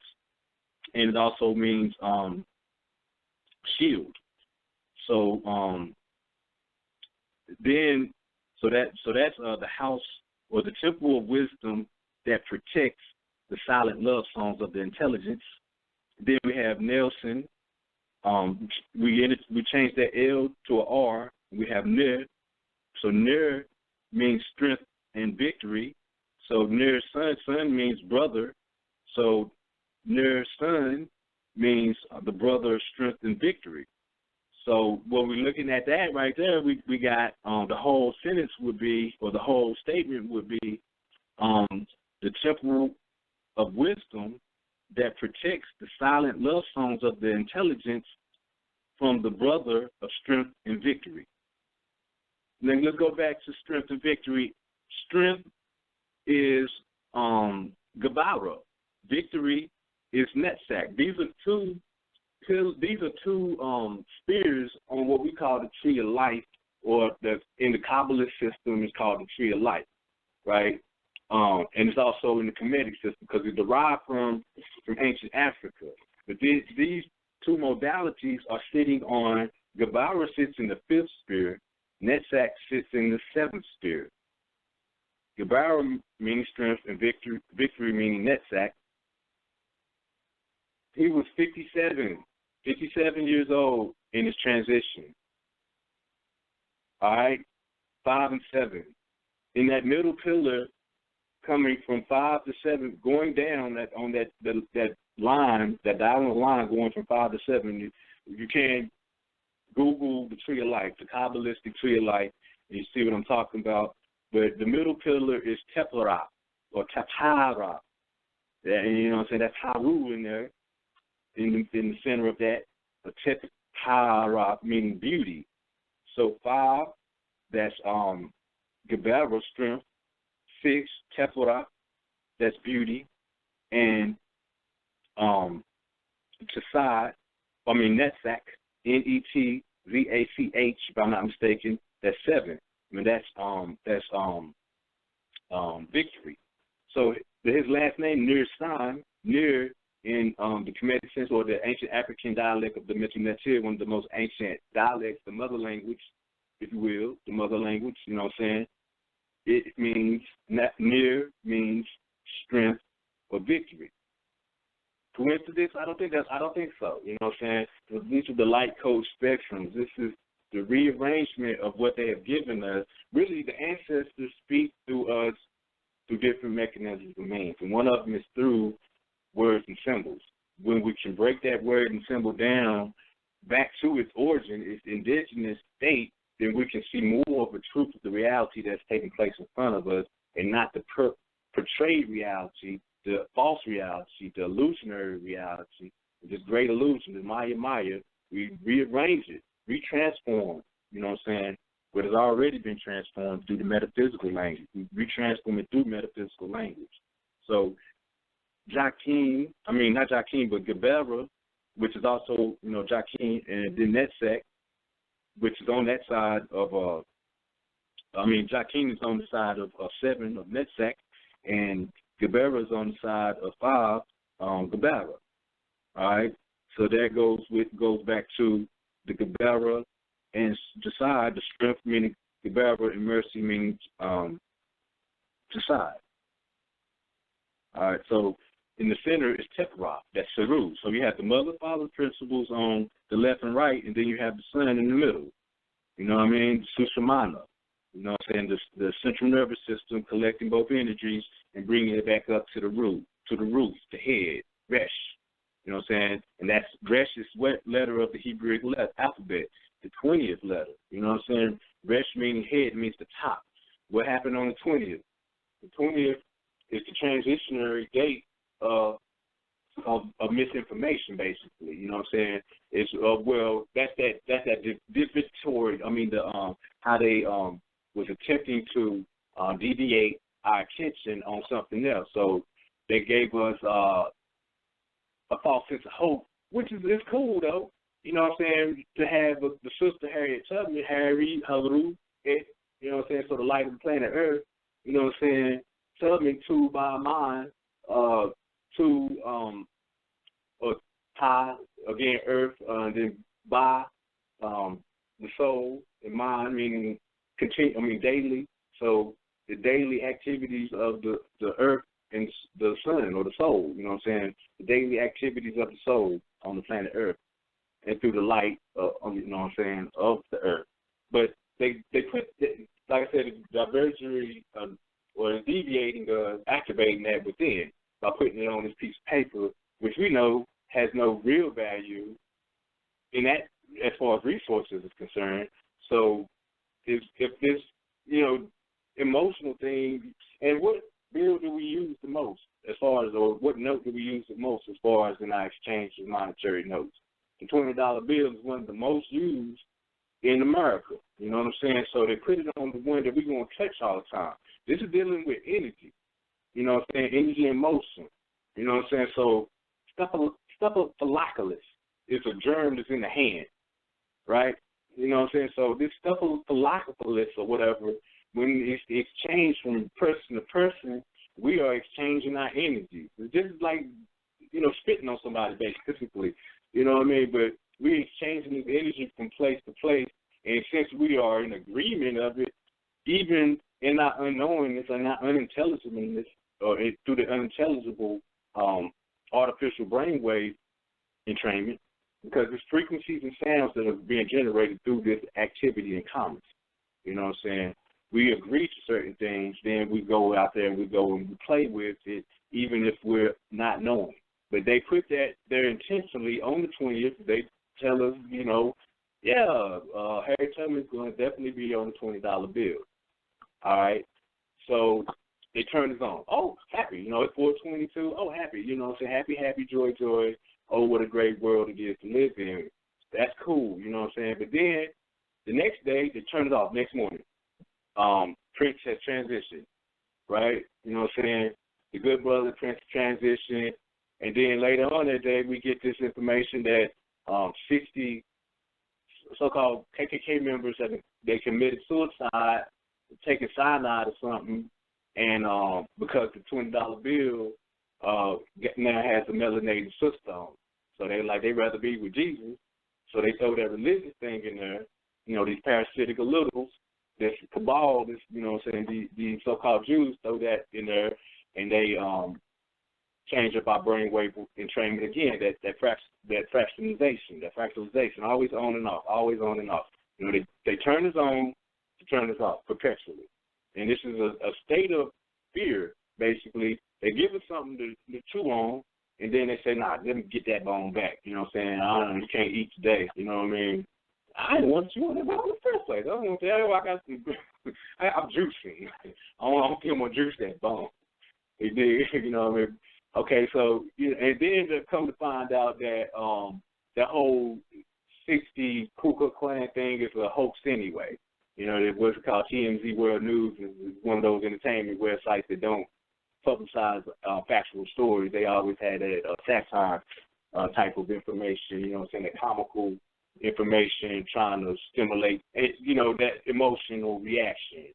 You know what I'm saying? Again, emotions are stimulated or agitated by external means, and it affects the soul and mind. So anything that can put a memory into the soul and mind, the system or that those parasitic littles who own the media, even if it's TMZ World News or TMZ.com or Times or whatever it may be, they own that and they put out the information for those purposes. And, you know, remember, the reason ain't the purpose and the purpose isn't the reason.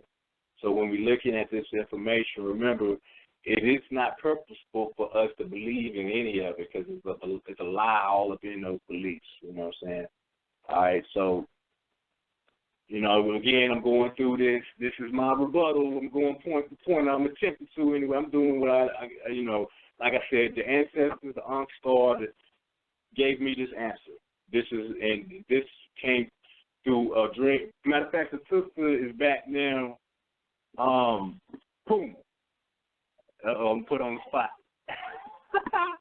Puma. Is she still here? Is Puma here?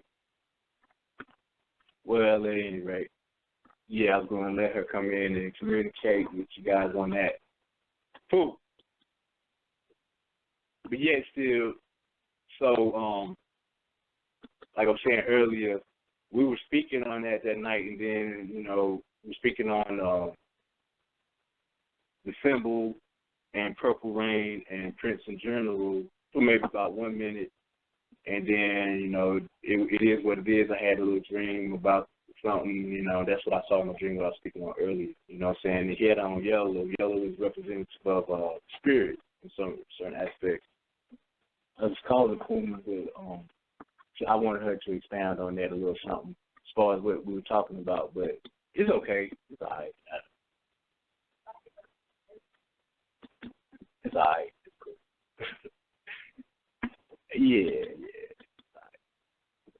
All righty. So we're worried. Don't worry. Be happy. So I'm imhotep, Prince of Inner Peace.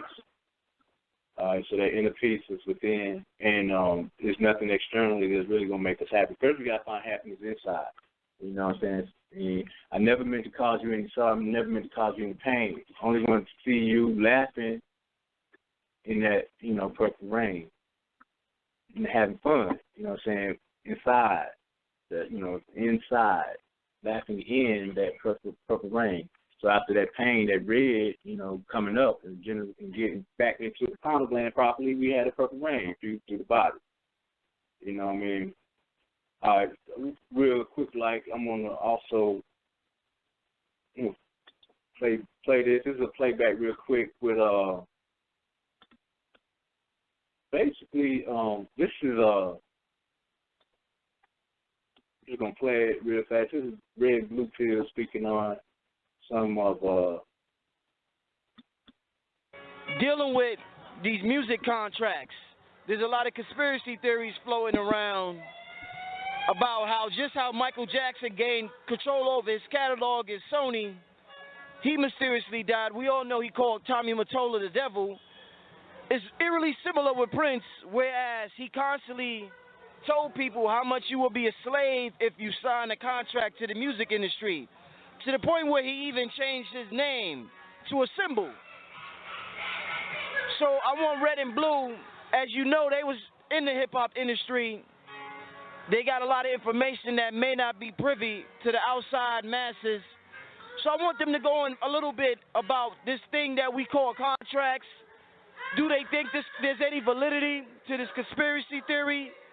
And just their whole take on what has transpired in the last 48 hours. On the nature of contracts and the similarities between Michael Jackson's situation and Prince's situation.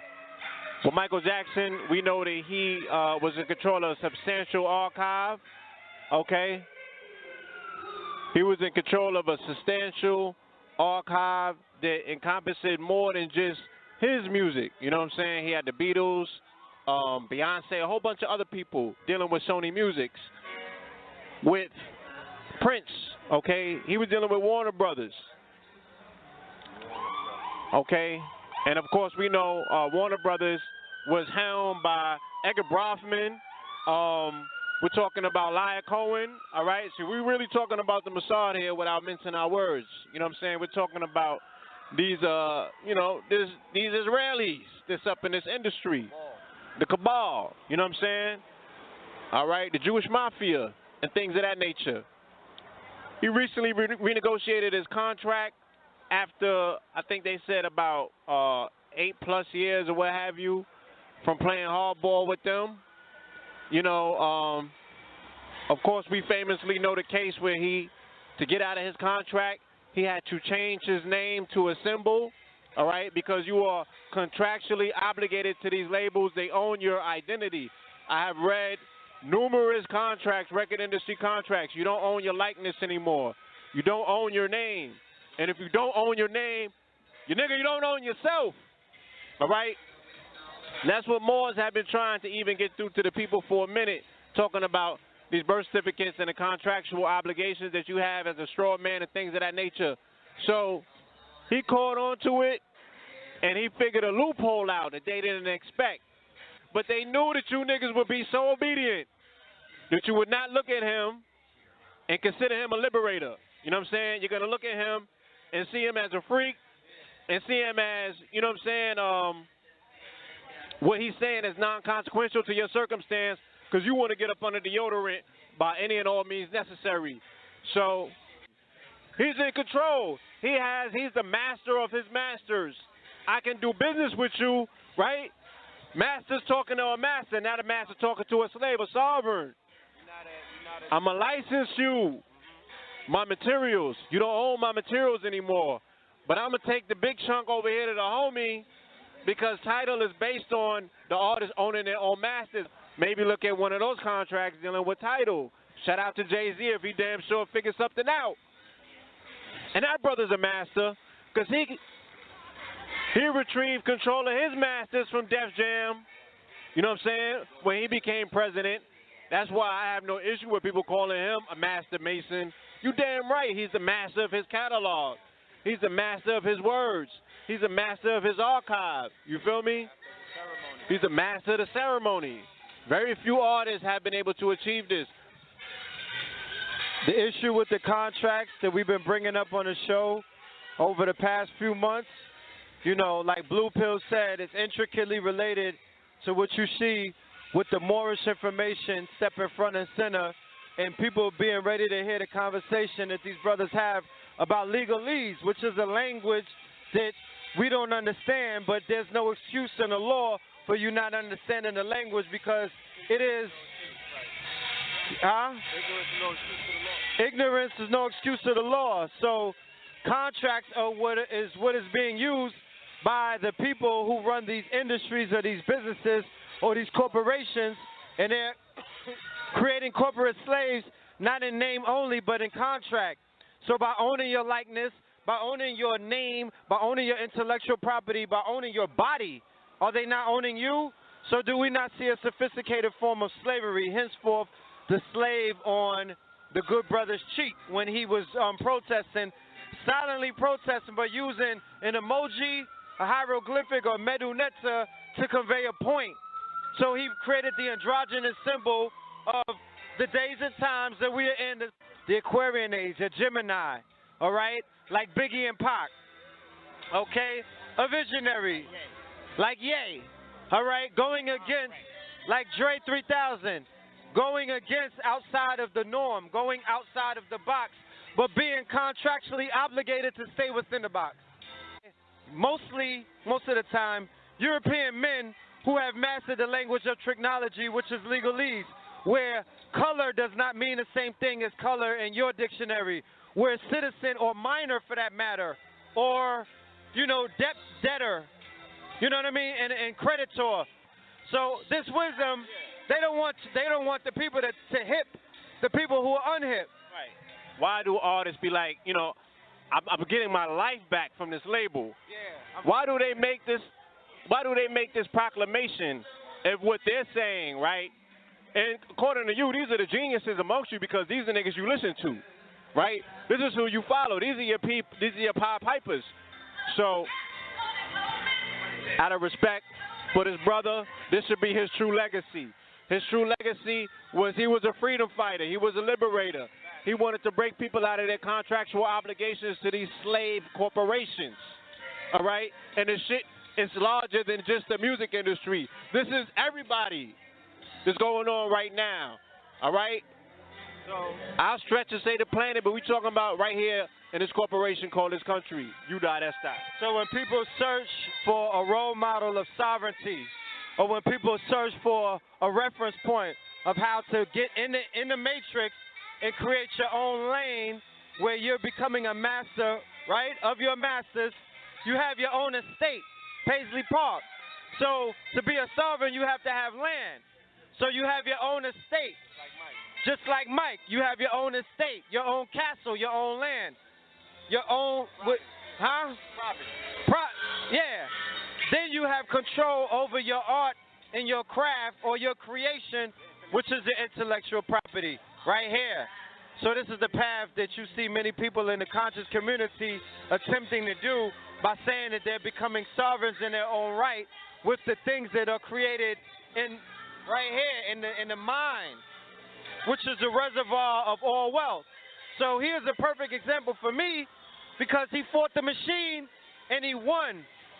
With our brother Mike, with our brother Prince, I think that it lends to the mythos of who they are and what they left behind, that they would die in mysterious circumstances that we yet don't know, and then the people are questioning. I feel it's just part of the story. I feel it's part of the mythos. I'm still waiting for niggas to say that they was responsible. We did a meditation and an earthquake happened and shit, and I seen a rainbow and Mike died. I'm still waiting for that one. From removing ourselves outside the realm of conspiracy, let's put ourselves in a realm of common sense and say that the Steve Coakleys, the researchers that we have in that we had in the community who were able to go, the Dick Gregory's and things of that nature, the Professor Griff's and Red and the Blue, I feel like it's our duty to be investigators and dig deeper. I think that we can say without a doubt, we know that our brother Michael Jackson, you know, was taken out. You feel me? Prince, like I said, you know, it remains to be seen. We need more facts to come out. You feel me? We can have our speculations, we can have our elaborations and things of that nature, but we're going to need some more facts to come forward to the surface before we can make an inconclusive determination as to what happened with this brother. You feel me? But I think that it's worth noting that all of these geniuses all die mysterious deaths, part of their mythos. Last question. It's a kind of a metaphysical question. We all know that our cells vibrate. We're making a blue pill. His whole cellular structure is a song within itself, just as you, just as me.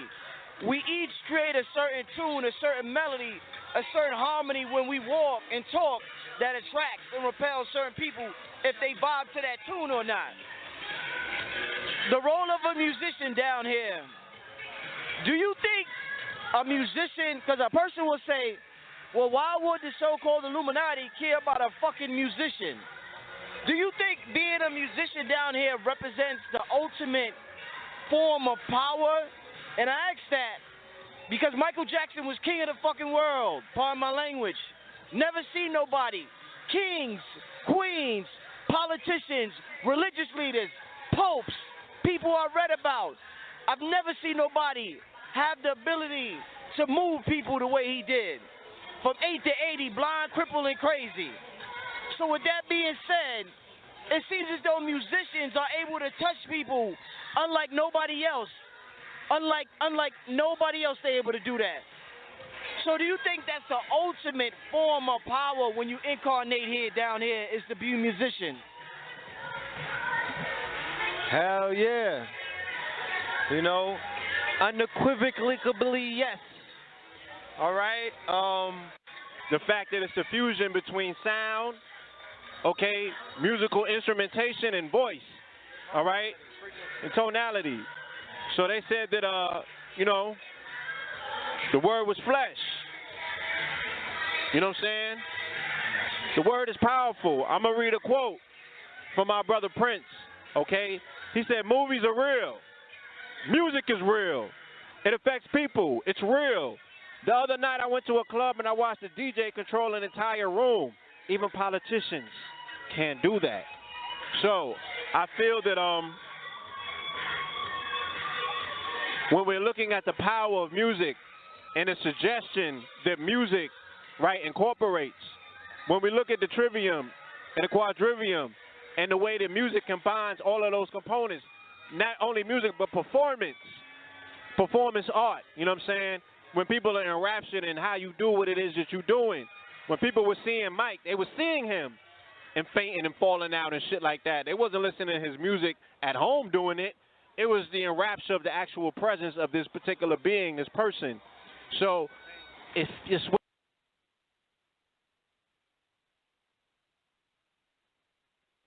True.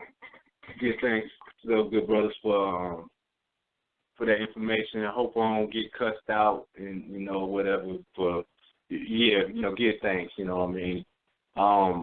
They really were bringing some light on that, how those contractual agreements and you know, and regaining one's true self. You know what I'm saying? You know, the straw man versus the sovereign, the lower self versus the higher self. You know what I'm saying?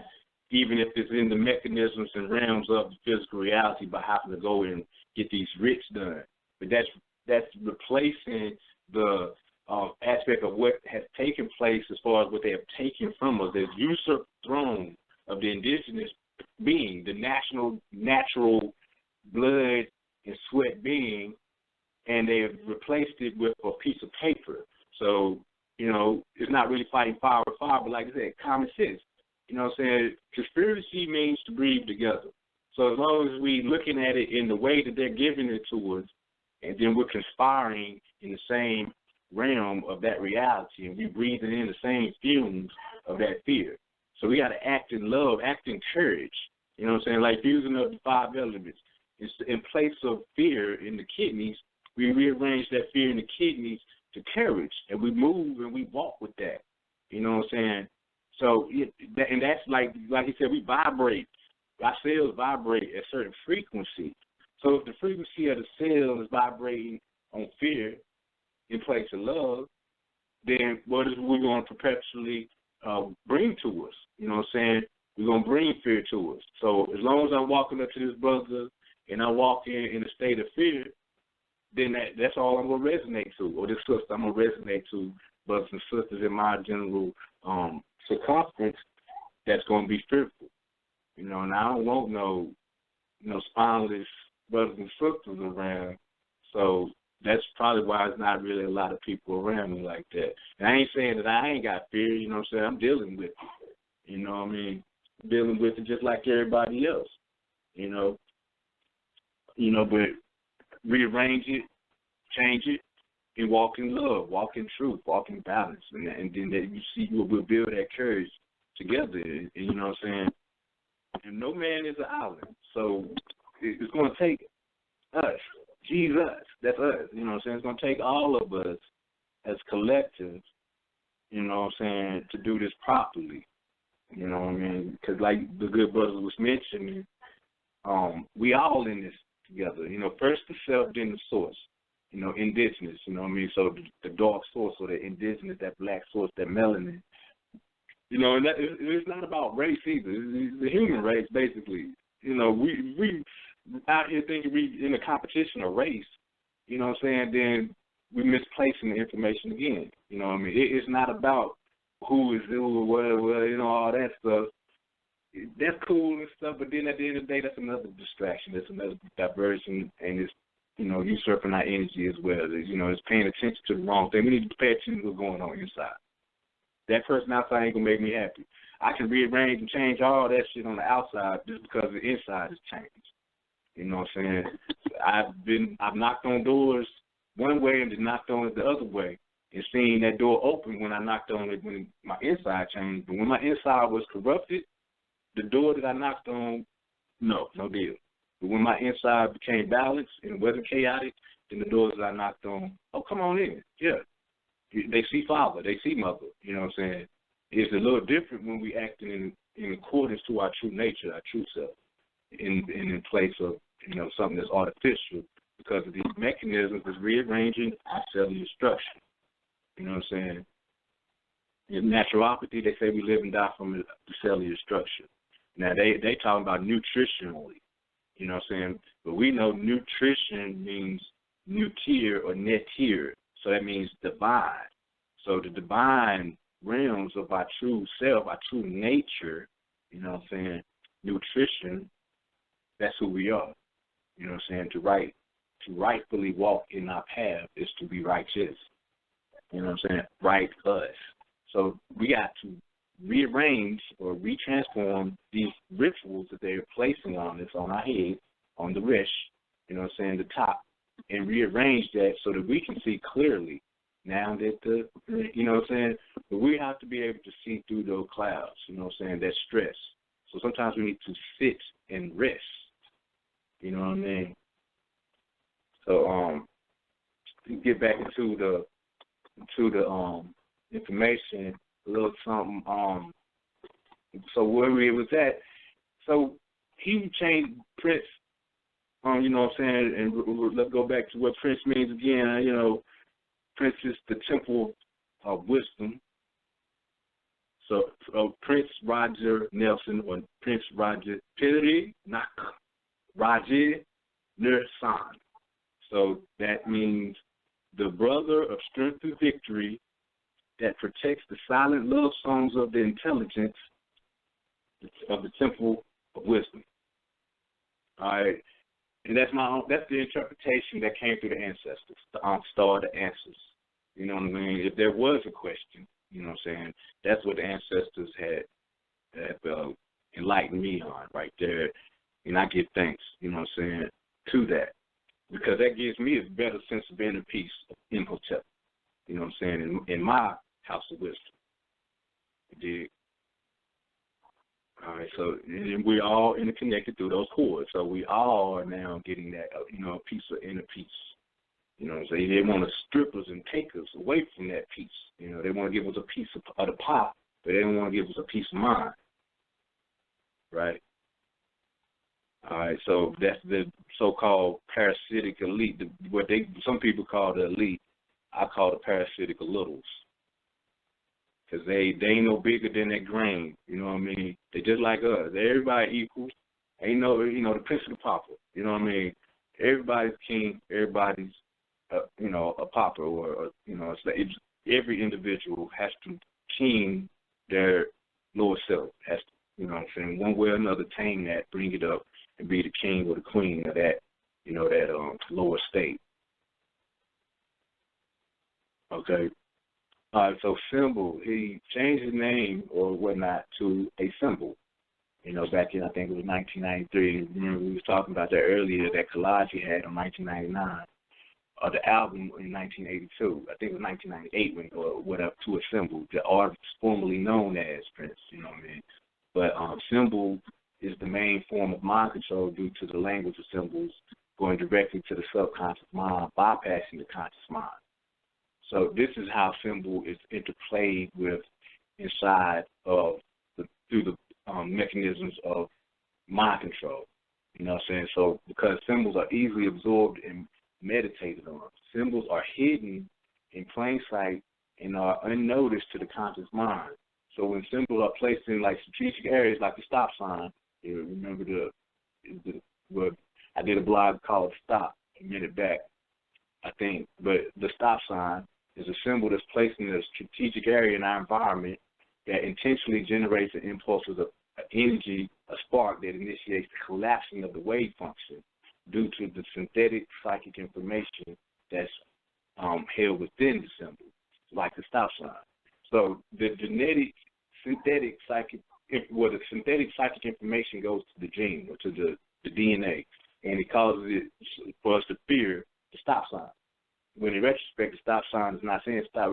The S and T, where you look at the S and T, you get the ancient symbol of the snake going up the cross, and that is none other than, of course, the Kundalini energy going up the spine, meeting at the top, forming the wings, the faru, and flying off and being able to see in far distances and see all, you know what I'm saying, the all-seeing eye. That's that illumination, that everyone has the power to reach. Yet, you know what I'm saying? What's going on is they're blocking that avenue of thought, you know what I mean? Give thanks. And they are, what these parasitic littles are attempting to synthetically give us information through those symbols, you know what I'm saying? So that O is the pineal gland, and the P,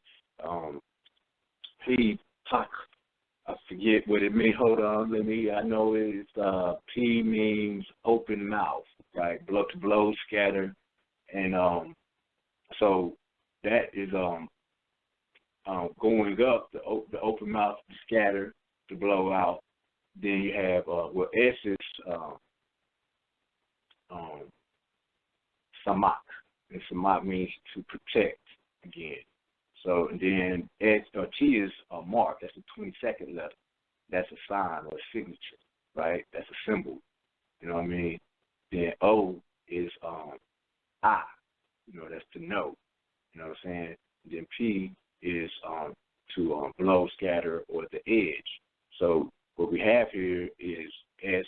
You know what I'm saying? So we have samak, ta, Samak Ta Ain Pe. So that we break down to protect the symbol that knows the edge or knows self. You know what I'm saying?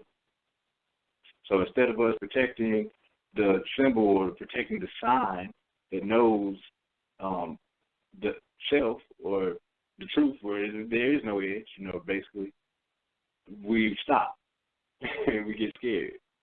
You know what I'm saying? Instead of going to that edge and going through that vortex or going through the event horizon and then just combobulating and coming back together, putting those pieces back together of self, natural self on the other end of that journey, that tunnel, that vortex. You know what I mean? So, getting over that fear, that Monday morning hump day and waking up and, getting that deep breathing, conscious meditation going on or whatever we're going to do on that Monday and being able to refocus that, Monday again, energy into, another glorious moon day. You know what I'm saying? Let's get it, let's move, let's pop, let's do this thing and get it jumping and do what we're supposed to be doing in a passionate way, in a peaceful way as well. You know what I'm saying? And that's what, when we do that, that's when we're going to see what we're supposed to be seeing. That's what we're seeing. Even though it looks dark in one way, there's a light at the end of the tunnel. You know what I'm saying? Like the good sister, Mother Ma'at was mentioning. She, like I said a few other times, it's a fragmented blanket around us right now. You know what I'm saying? Chemtrails, you know what I mean? Yet we are slowly but surely threading a beautiful quilt. You know what I'm saying? And those are that is the interconnections of all. You know what I'm saying? So even if that Caucasian right there in front of my face and they holding that rebel flag and doing whatever they're doing, that's in their unintelligible artificial brainwave entrainment. They don't know what that means. That's you know what I'm saying? That's the vortex of energy. That's the flail and the crook. That's Osur. You know what I'm saying? That's the unknown, yet it's the known. You know what I mean? That's that vortex right there. They don't know it's the symbol. That's a chromosome and it holds the DNA. No one has told them that. And it has how many stars within it? 13. You know what I mean? So we go right there back to M. You know what I'm saying? I mean, I ain't going to go up to him and preach to him about it either, though, like that. Fat boy, you're doing the wrong thing in the bathroom. Okay. Yeah, we still, you know what I'm saying? I give thanks to the ancestors for, because they walk around with this sign, this signature, you know what I mean? And in their unknowingness, they're uplifting humanity, you know what I mean, to a brighter day. Because that is in actuality, we know what it means, you know what I'm saying? So, good thanks. And like I said, I ain't trying to throw dirt on there, I ain't trying to bring them up, but that's a symbol, symbol. So we go back to the word symbol, and we have sema, meaning in ancient Kemetic, to unite. As far as like semi-twice, semi-twice unite both lands, and that's what the yogic system in Kemet was called back in the day. So semi-twice, you know what I'm saying? And what we have going on is Wasita semi-twice, and that's the system we're developing in the Wasita family, and that basically means the eye that meets at the serpent that meets at the eye that unites both lands. So Wasita means the serpent, that serpent energy, Kundalini energy that goes back to the pineal gland and unites both lands, the lower and the higher self. So that's what the system that Wasita is developing. I'm one of the chiefs that's coming up with the martial aspects through meditations, Qigong, and the Tai Chi and stuff like that.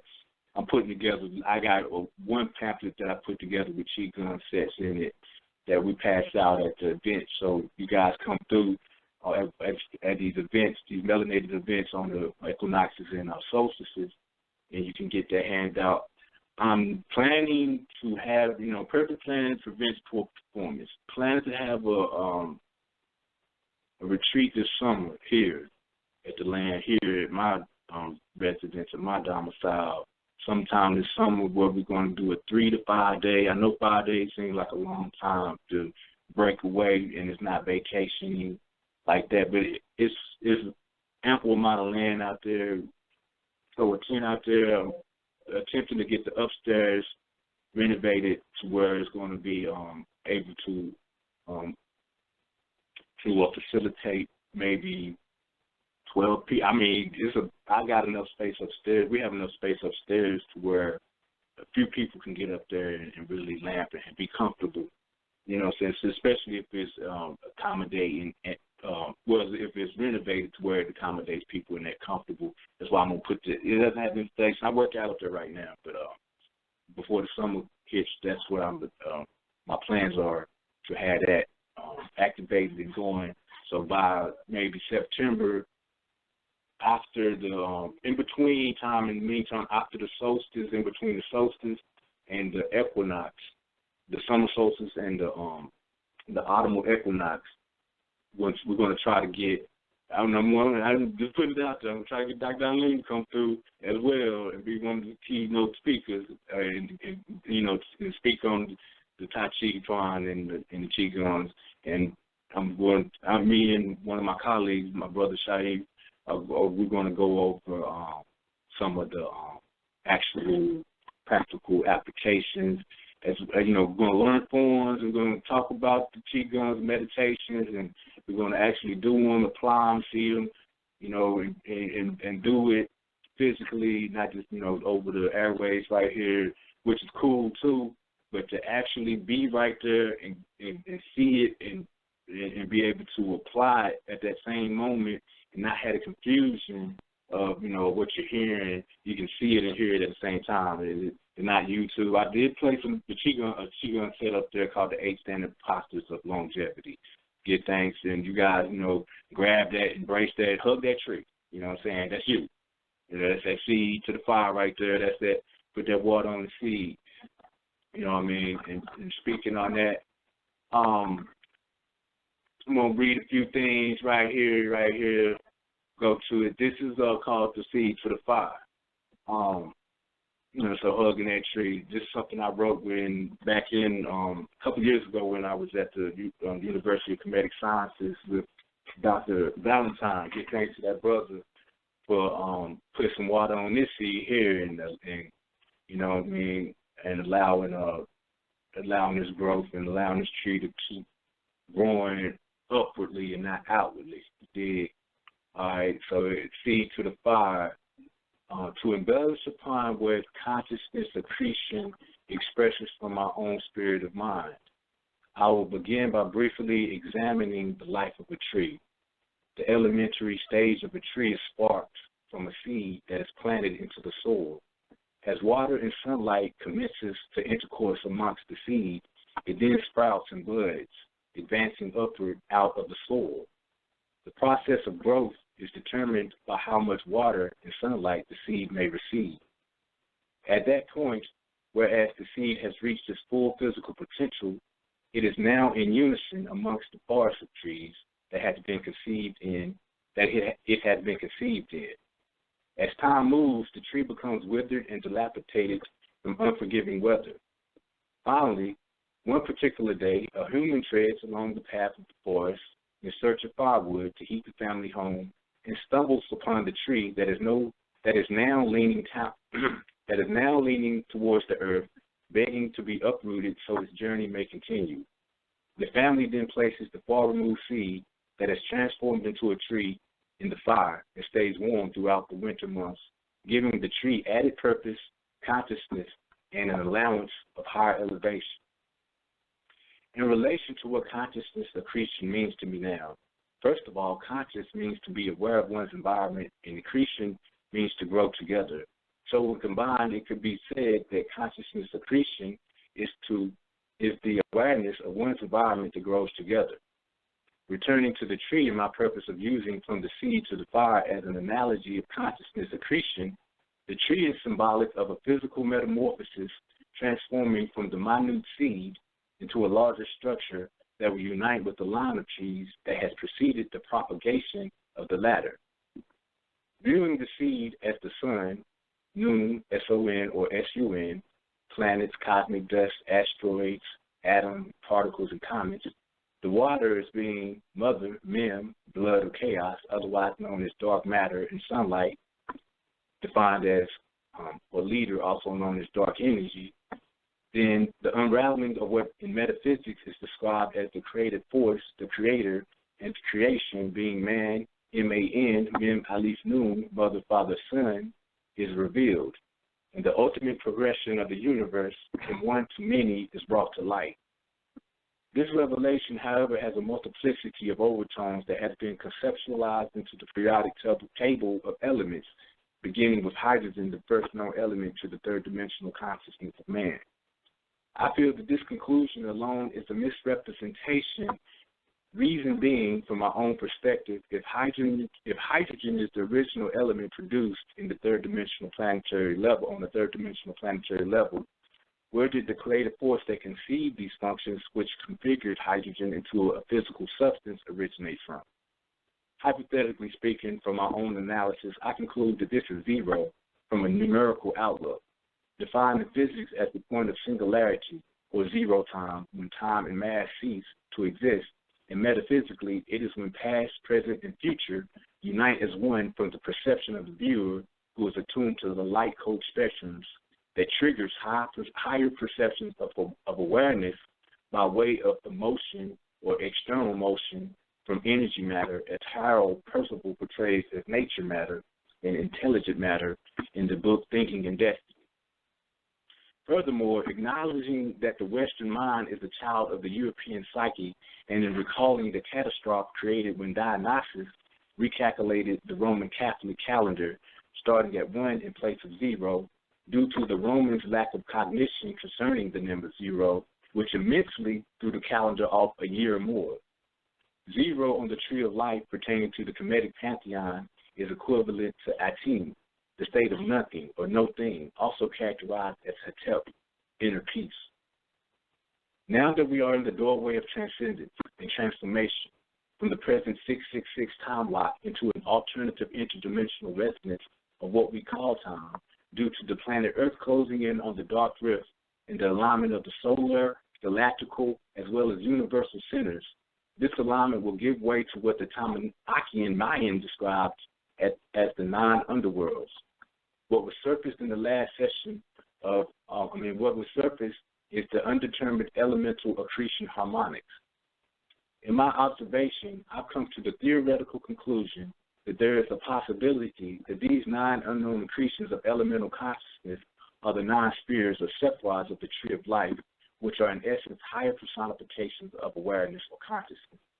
As these faculties are opened for individual dual selves as well as collective enhancement of awareness and consciousness, there will be a noticeable physical, emotional, mental, and spiritual awakening that has been labeled as the rapture or quickening. In light of what consciousness accretion will look like once I've successfully climbed the ladder of life from matter to spirit, I must reflect and reminisce on what I thought it looked like at an early age. Being that I was raised in a church operated by my family and created it, it created in my personality a strong sense of spiritualism, yet in the same breath a clouded burden of an almost horrific nature, referring to the dogmatic indoctrination of religious half-truths. By the age of 13, my doubts towards the belief system that had nurtured me from an infant to an adolescent was profoundly high, resulting from hypersensitivities to the external extremities of the environment via radio, television, information, and the complete structure of society, school, friends, family, peers, and etc. So the ebb and flow of feelings of uncertainty led me to be a very introverted teenager, and ultimately I gained the diagnosis and title of being paranoid schizophrenic while enlisted in the U.S. Army. It has been over 20 years, yet I can still recall reading chapter 13, Revelations for the very first time, and how the so-called mark of the beast registered in my thinking mind as I decided to add up the 3 6s together and received 18, then 9.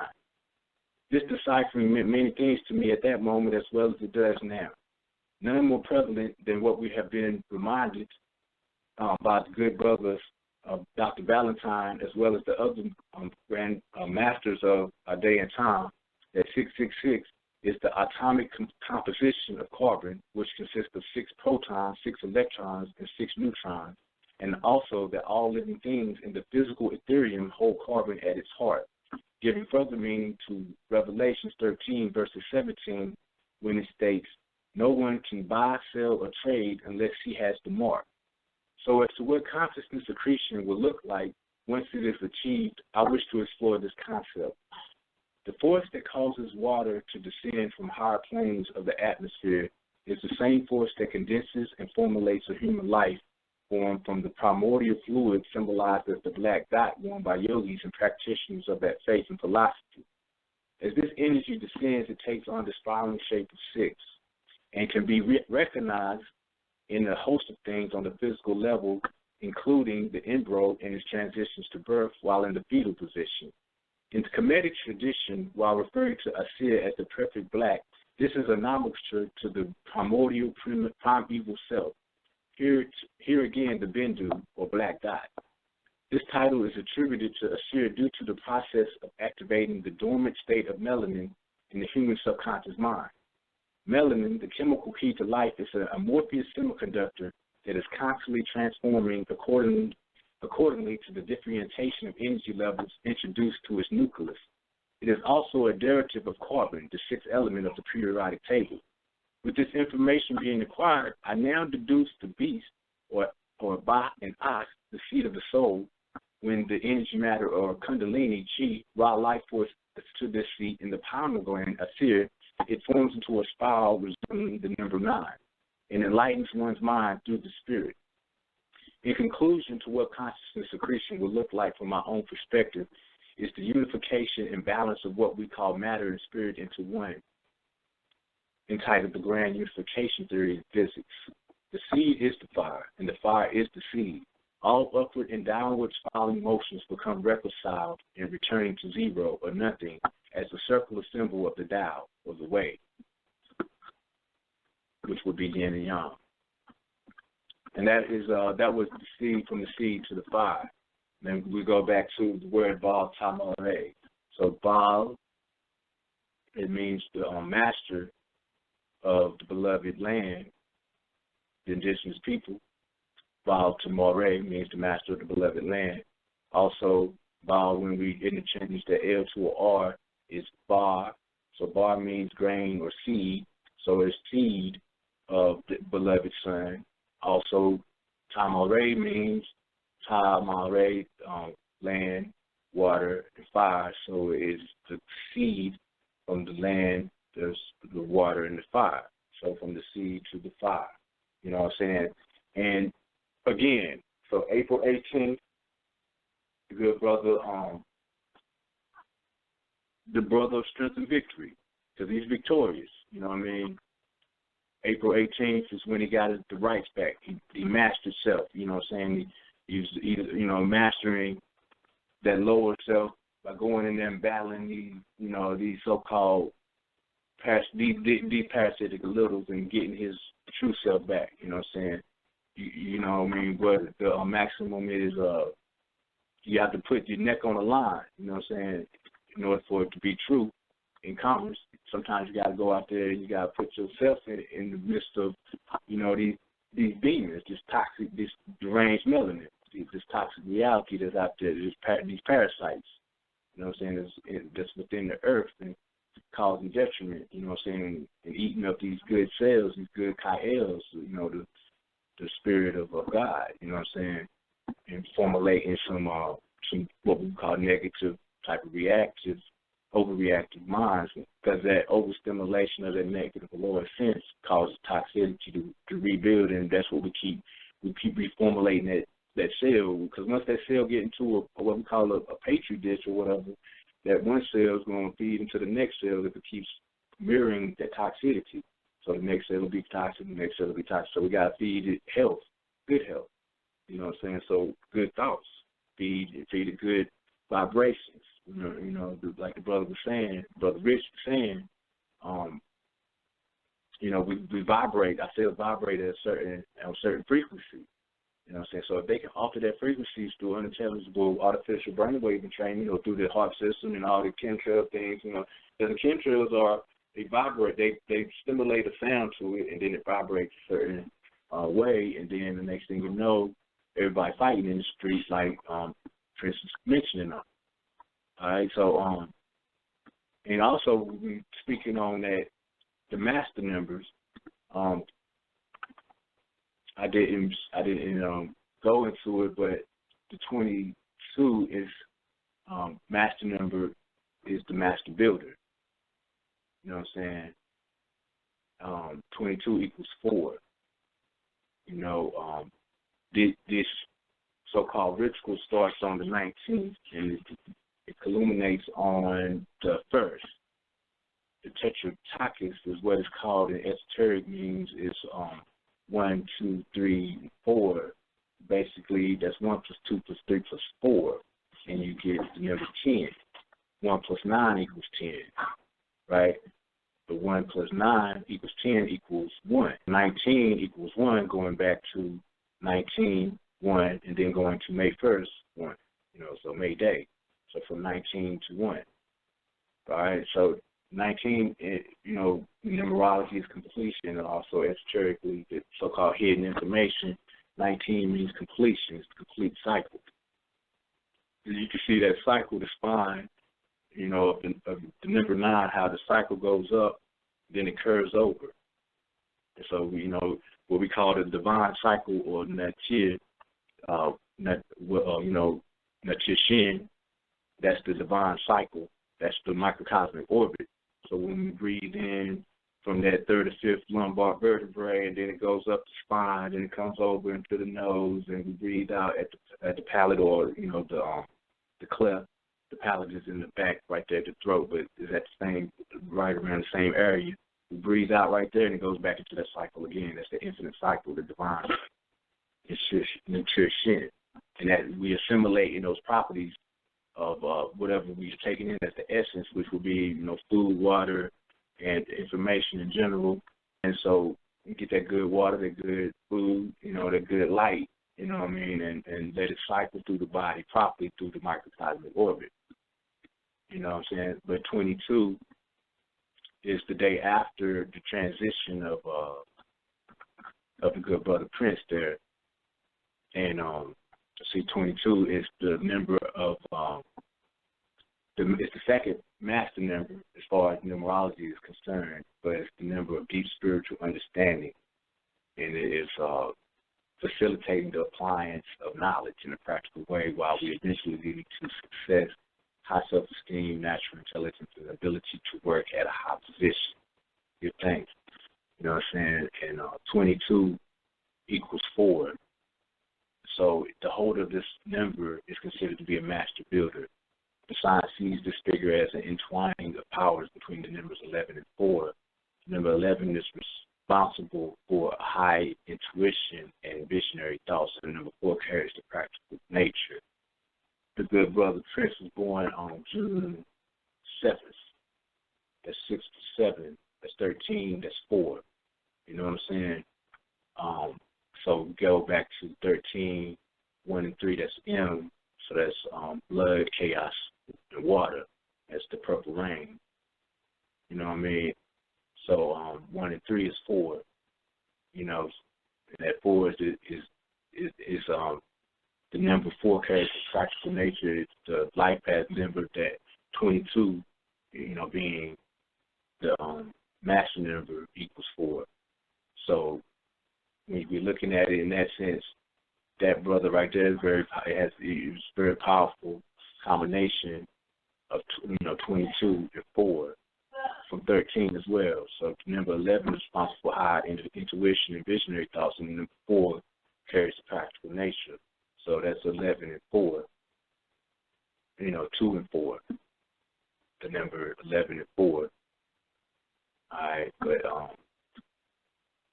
we're speaking on that realm right there, but you see how, 22 goes into that 4 number. But he was born, Prince was 6 and 7. You know what I mean? Also, speaking on red and blue, is it a coincidence that red and blue pill, red is and blue brings about the color purple? Give thanks to them brothers, you know what I'm saying, for bringing that purple rain. And they walking in, you can see they walking in there in the happiness, in that inner peace, you know what I'm saying, because they wouldn't be doing what they doing if they wouldn't. You know what I mean? So give thanks on how their transition is taking place. Oh yeah, to get back to that too, entrainment, entrainment, or entraining. You know what I'm saying? Entertainment, entrainment, or entraining. Entraining breaks down to in, within. Train means to physically stay fit or to train the physical body, but the word train comes from the Latin word transcere, which means to cross over or transition. All right, so in training means the complete, if I'm not mistaken, means to complete. Transcere means to transition or to cross over, and in means within. So it's the complete transition within, or complete crossover within. All right, so are we in entertainment? Are we into entrainment? Or are we into entraining? All right, so I'm into entraining myself, entraining self. And, and I might utilize natural brainwave entrainment as far as like meditation is concerned, and certain other ways of telling myself, things I should do and should not do by connecting both hemispheres. You know what I'm saying? So by way of that symbol, sim again means to unite, and bal means the Lord. So symbol, which the good brother Prince, his name, changed to the formerly known as Prince because they had to have something to say as far as media is concerned, but it was the symbol, even in that sense, symbol means to unite the master with the lower and higher self, to unite. The master unites both realms, you know what I'm saying? So to unite the master. And what did he get? He got his masters back. And the 22 represents the master builder, you know what I mean? Right? So that's the master mason or whatnot. Masan. Mas meaning children, An meaning light. He is a master, you know what I'm saying, a master, you know what I'm saying, water from the star or water from the, that ease, that purple rain. You know what I mean? Give thanks for that brother's creative mind and his imaginative mind and how he transformed that energy into some positivity out here for us to bridge on, that birthmark bridge, some food for thought. That's what we're here for. We're here to acknowledge our brothers and sisters in a higher sense and give thanks for their, for their representation in the physical from that realm that we coming from. All of us coming from a realm of greatness. No matter how little we may look in the eyes of those that see us and view us as something lowly, something distraught, we come from a great tradition that we should look at and uphold. You know what I'm saying? All right, with that said, I'm about to close out. I'm going to read something again that I put together. Give thanks. I'm about to get emotional there a little bit. If anybody have a question about anything, bring it to the table. I'm here, I ain't no vampire. I don't bite. I don't want your blood. It would be like to talk about, you know what I'm saying? But if anybody does have a question about something, I give thanks for you guys, being attentive and participating and observing with yourself, you know what I'm saying? Because we all here together. It ain't man. You know what I mean? We all connected one way or another. You know what I'm saying? We might not have the same physical mama and daddy, goddammit. But you know what I'm saying? We all indigenous. So we come from that same spot. And we all have the same potentials and energies. And if I can help bring some type of conclusion of clarity through the ancestors, you know what I'm saying, then that's what it do. But I'm going to read something real quick before closing out. I wrote this the other day, right? You know, but okay, I wrote this the other day. I'm a writer somewhere.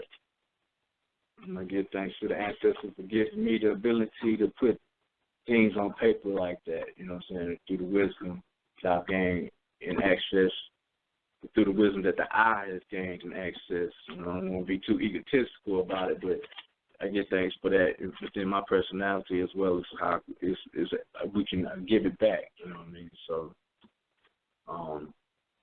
in the wake of now movement, there is a reverberating sensation that all is lost.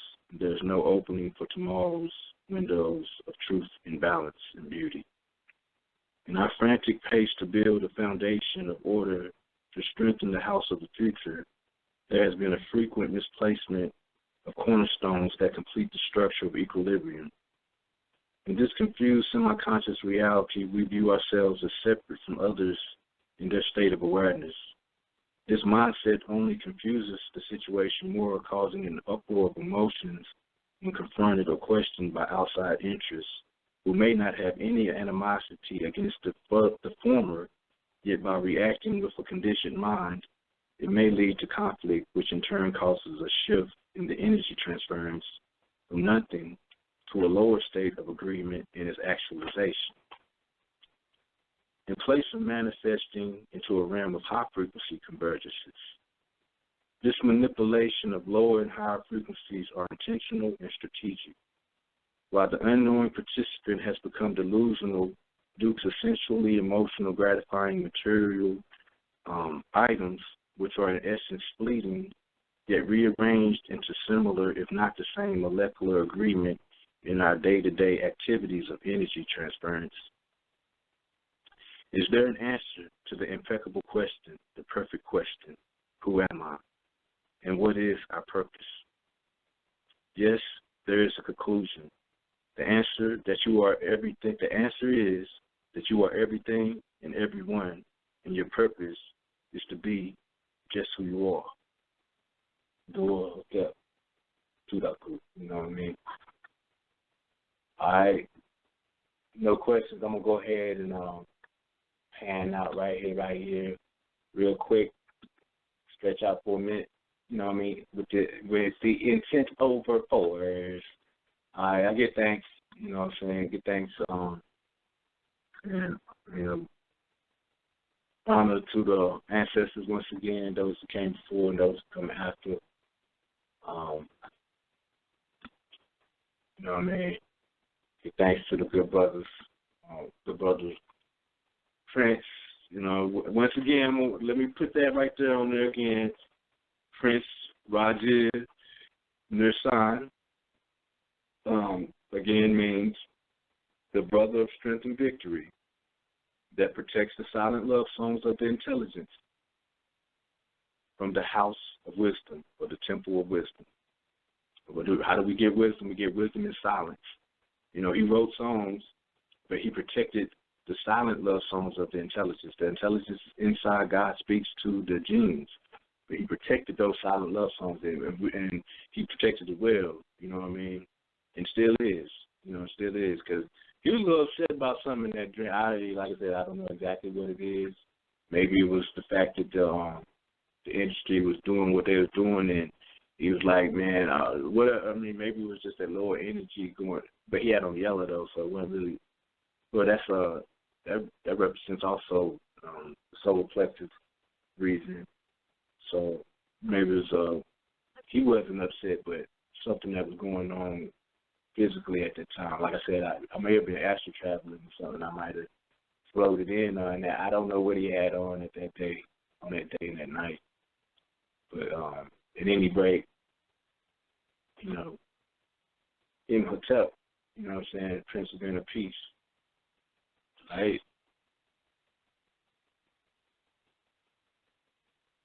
Peace, prosperity, protection, and good health.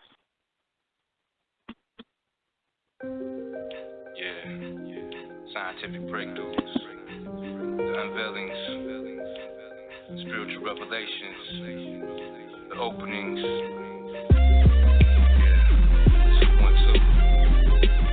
First World Order Radio, Tipz and Trixz Tuesdays. Black Water, the Meta Magician.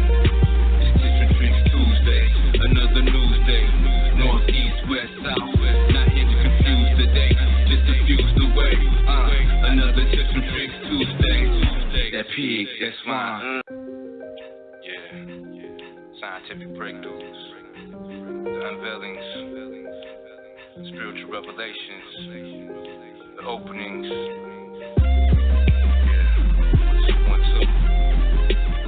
First World Order Radio, Tipz and Trixz Tuesdays.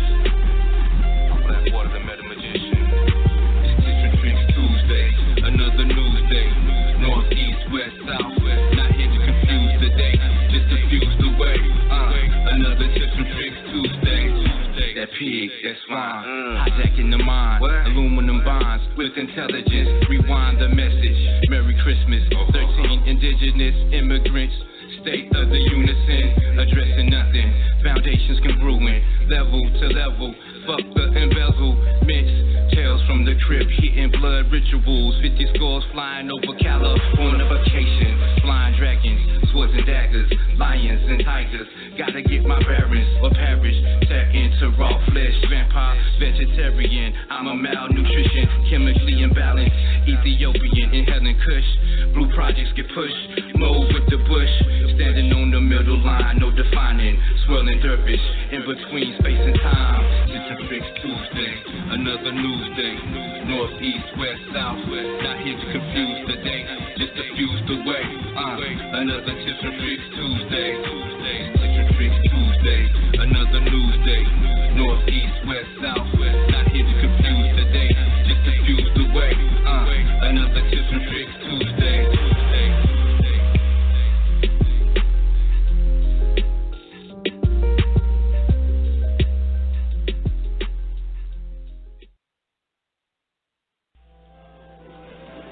Thank you very much, but it's really not trivia, it's big.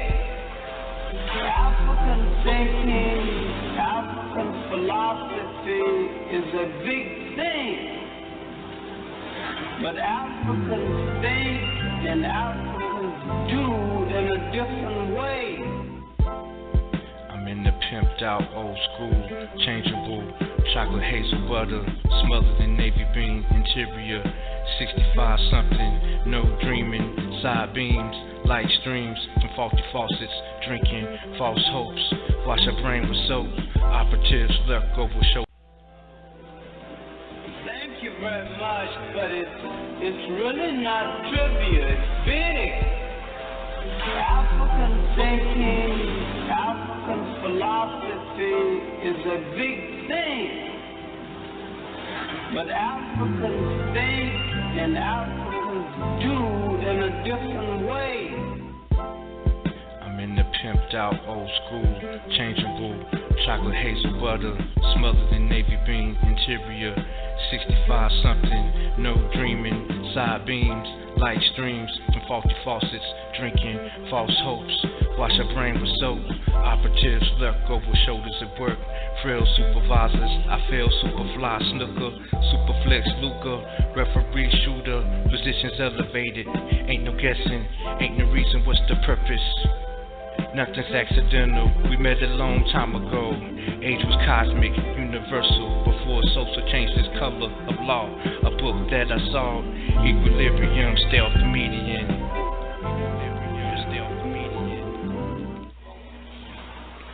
That is why you are trapped in this society. They live in a we society, and Europeans live in a me society. It's a different kind of concept.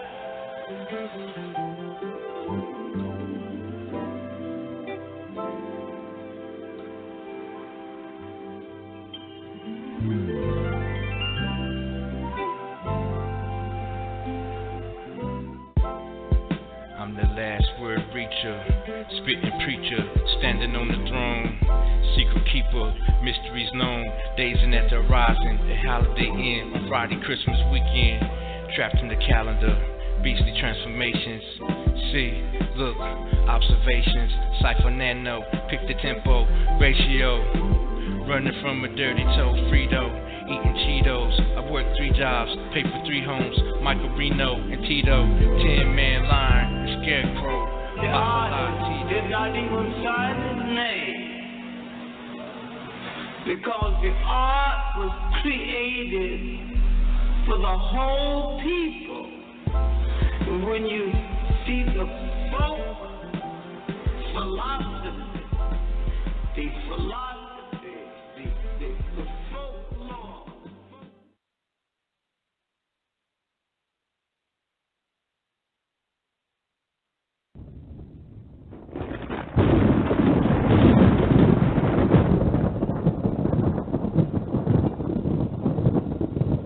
Geico presents sharing versus oversharing. Today, Bridget Griffin shared a video of her daily yoga routine, 2 self-help articles, and her new blog called Build Your Inner Bridge with Bridge. Girl, your sharing has turned into oversharing. No worries, Bridge. Geico has some info worth sharing with your 7 blog followers, like how you could save money on your car insurance, update your policy, and report a claim just by visiting geico.com. How's that for building your inner bridge? Bridge, Geico. 15 minutes could save you 15% or more on car insurance.